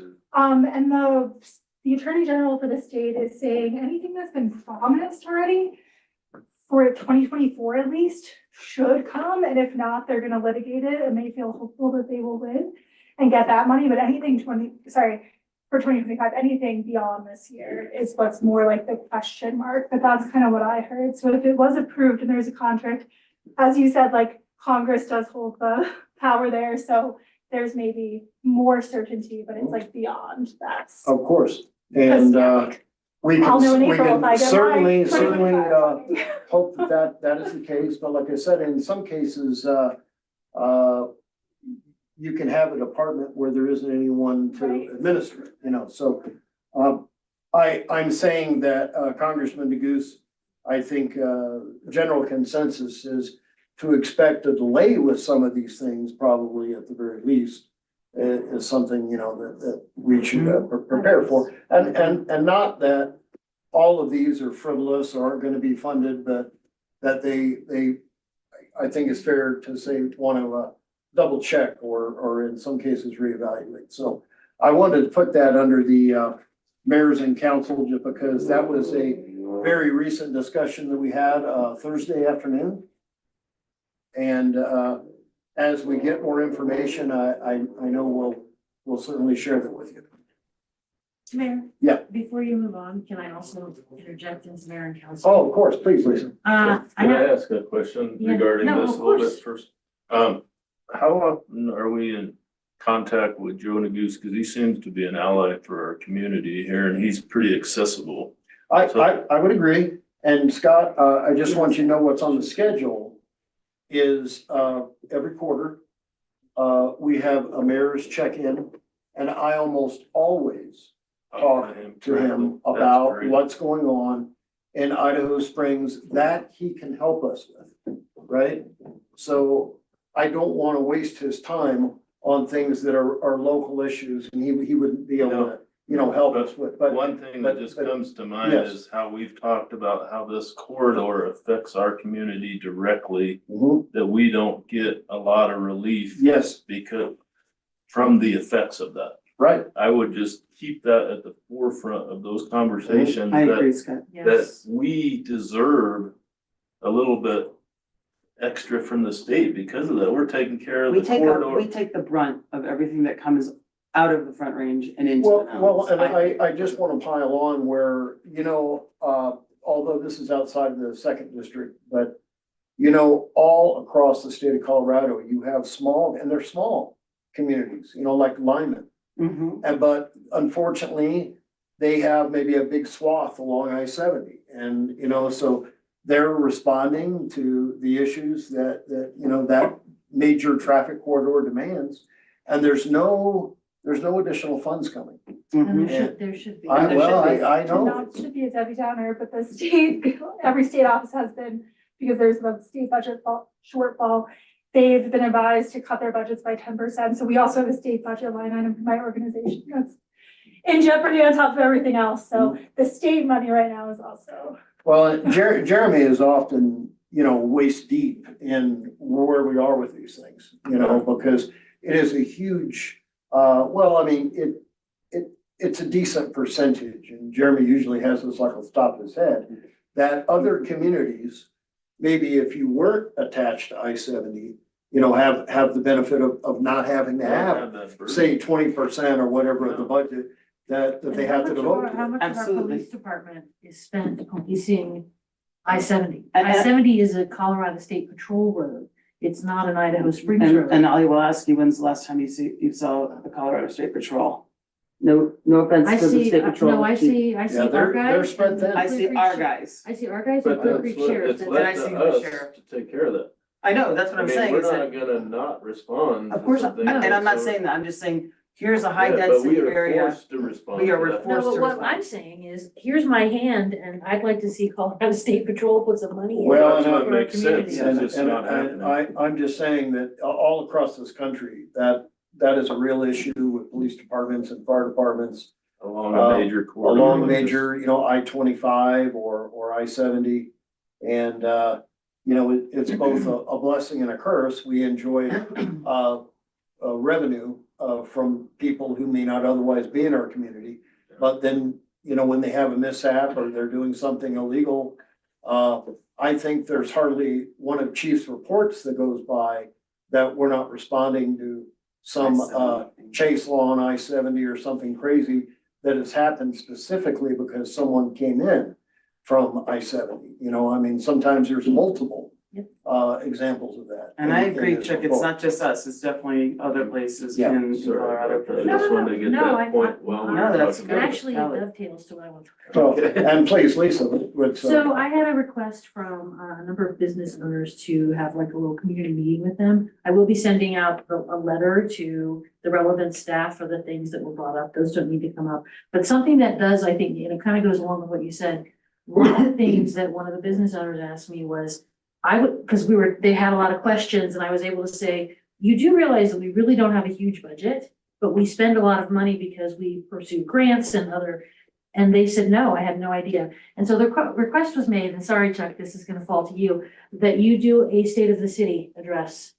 They would like, and we have talked about this, It's in the strategic plan, I think Yeah. it's one of the items. like a state of the city. Once a year. Yeah, what have we done? What are we doing with grants? And I think given some of the uncertainty with grants and funding, that might not be bad. But how many residents don't know that we have to spend I mean, I know it was in the current, but how many don't know that we have to spend $10 million on our water line? I mean, if this water line stopped working, they would know. So just based on my conversation with them, that was a And request. I would be happy to do that. I think we televise it and, Could we tag on to what Sadie's is doing? I think it's coming up again. Isn't there another one coming up in April? Yep. Could we tag along on And I that? also want you to know, Sadie will be with us March 10th, to, give us an update. Cause that gets really great attendance. Yeah, it does. I would love, Well, would it be good to have that after our retreat where we defined some of the things? That probably we would be want good because along with the state of the city, they may want, to know what our I'll give you an missions are. example, which would be perfectly Just reasonable to that our request, revenue is gonna be down, is too. 5-year goals. Yeah, those we- two. but since we just did our retreat and got our results back from the retreat, I think in the next couple months, just the state of the city. I mean, Would be I'm happy to do it. Just because I was surprised at, like, all the things that we talk about are not known, you know, and these are people that pay attention to what's going on. in the community. Lisa, I want to give you an example. When you first came to council, you were talking about maybe having a meeting. Oh, like no, once they a asked week. for that. But- They asked well, for that again. But they have that. I am at the senior center every I single told them. month. And nobody, and I do mean one person, the same 92-year-old lady who is very sharp and asks good questions, is the sole person. And we even have great guests. Donna Klein goes out of her way to invite things that are important, people to talk on things that are very important in the community. And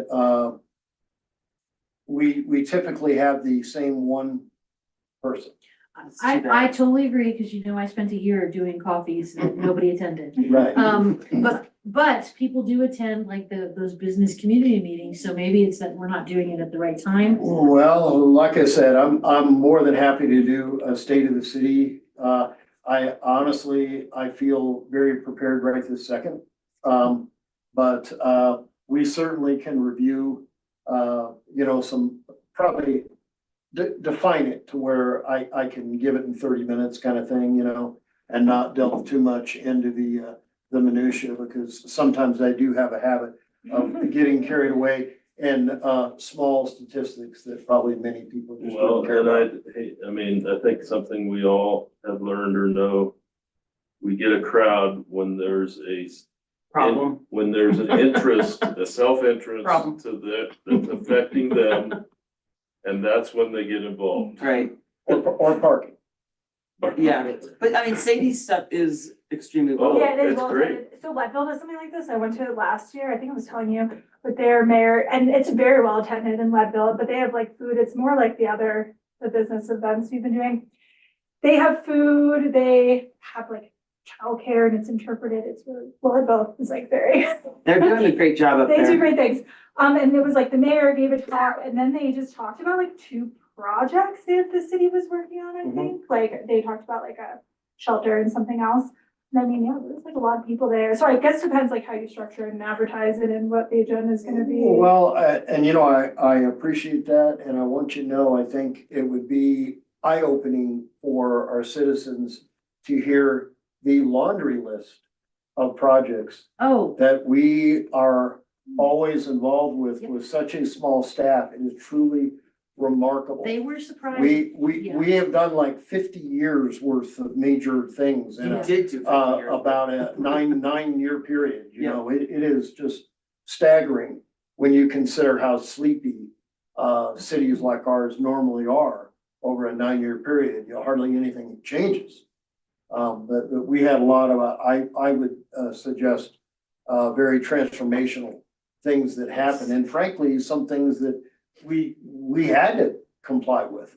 You know, water, wastewater, you know, are prime examples. And Chuck, just as an aside, it has nothing has come to pass with the water, but I just want to be assured that we are going to stay on track with our water policies and the regulations that we've followed, even if those regulations come to an end. Like if oversight, If somebody decides that we don't have to have these oversights and our water doesn't need to be as clean, is that something that we are gonna? Well, it'll be up to council. I think we all want good water. Right. I know Ed, I think starting this month is going to be getting tracks of PFAS. You know, for example, the forever plastics. Right. And I don't know that we are going to have so much of an issue with it as many in the metro are having a giant problem. And it's frankly gonna cost many millions of dollars to try to correct. I agree with Chuck. Originally, we had 4 samples that actually the EPA took. And one of them didn't go well and the bottles were smashed. So when the state took over the PFAS program, we had to have 4 quarterly in a row samples. So I'm doing February and April and using the last two from what we did with EPA. But on that note, there's only 6 of them that they've determined are carcinogens or bad for your health. And our water is non-detectable in any of them. Excellent, good news. So really, we're only doing this to satisfy.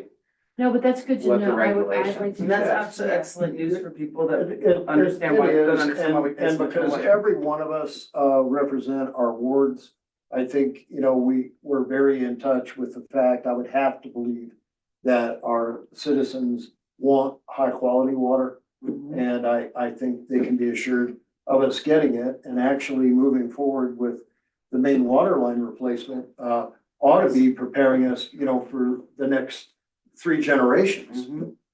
As far as being able to secure it, not have some crazy geyser break, Oh my through, God, stop.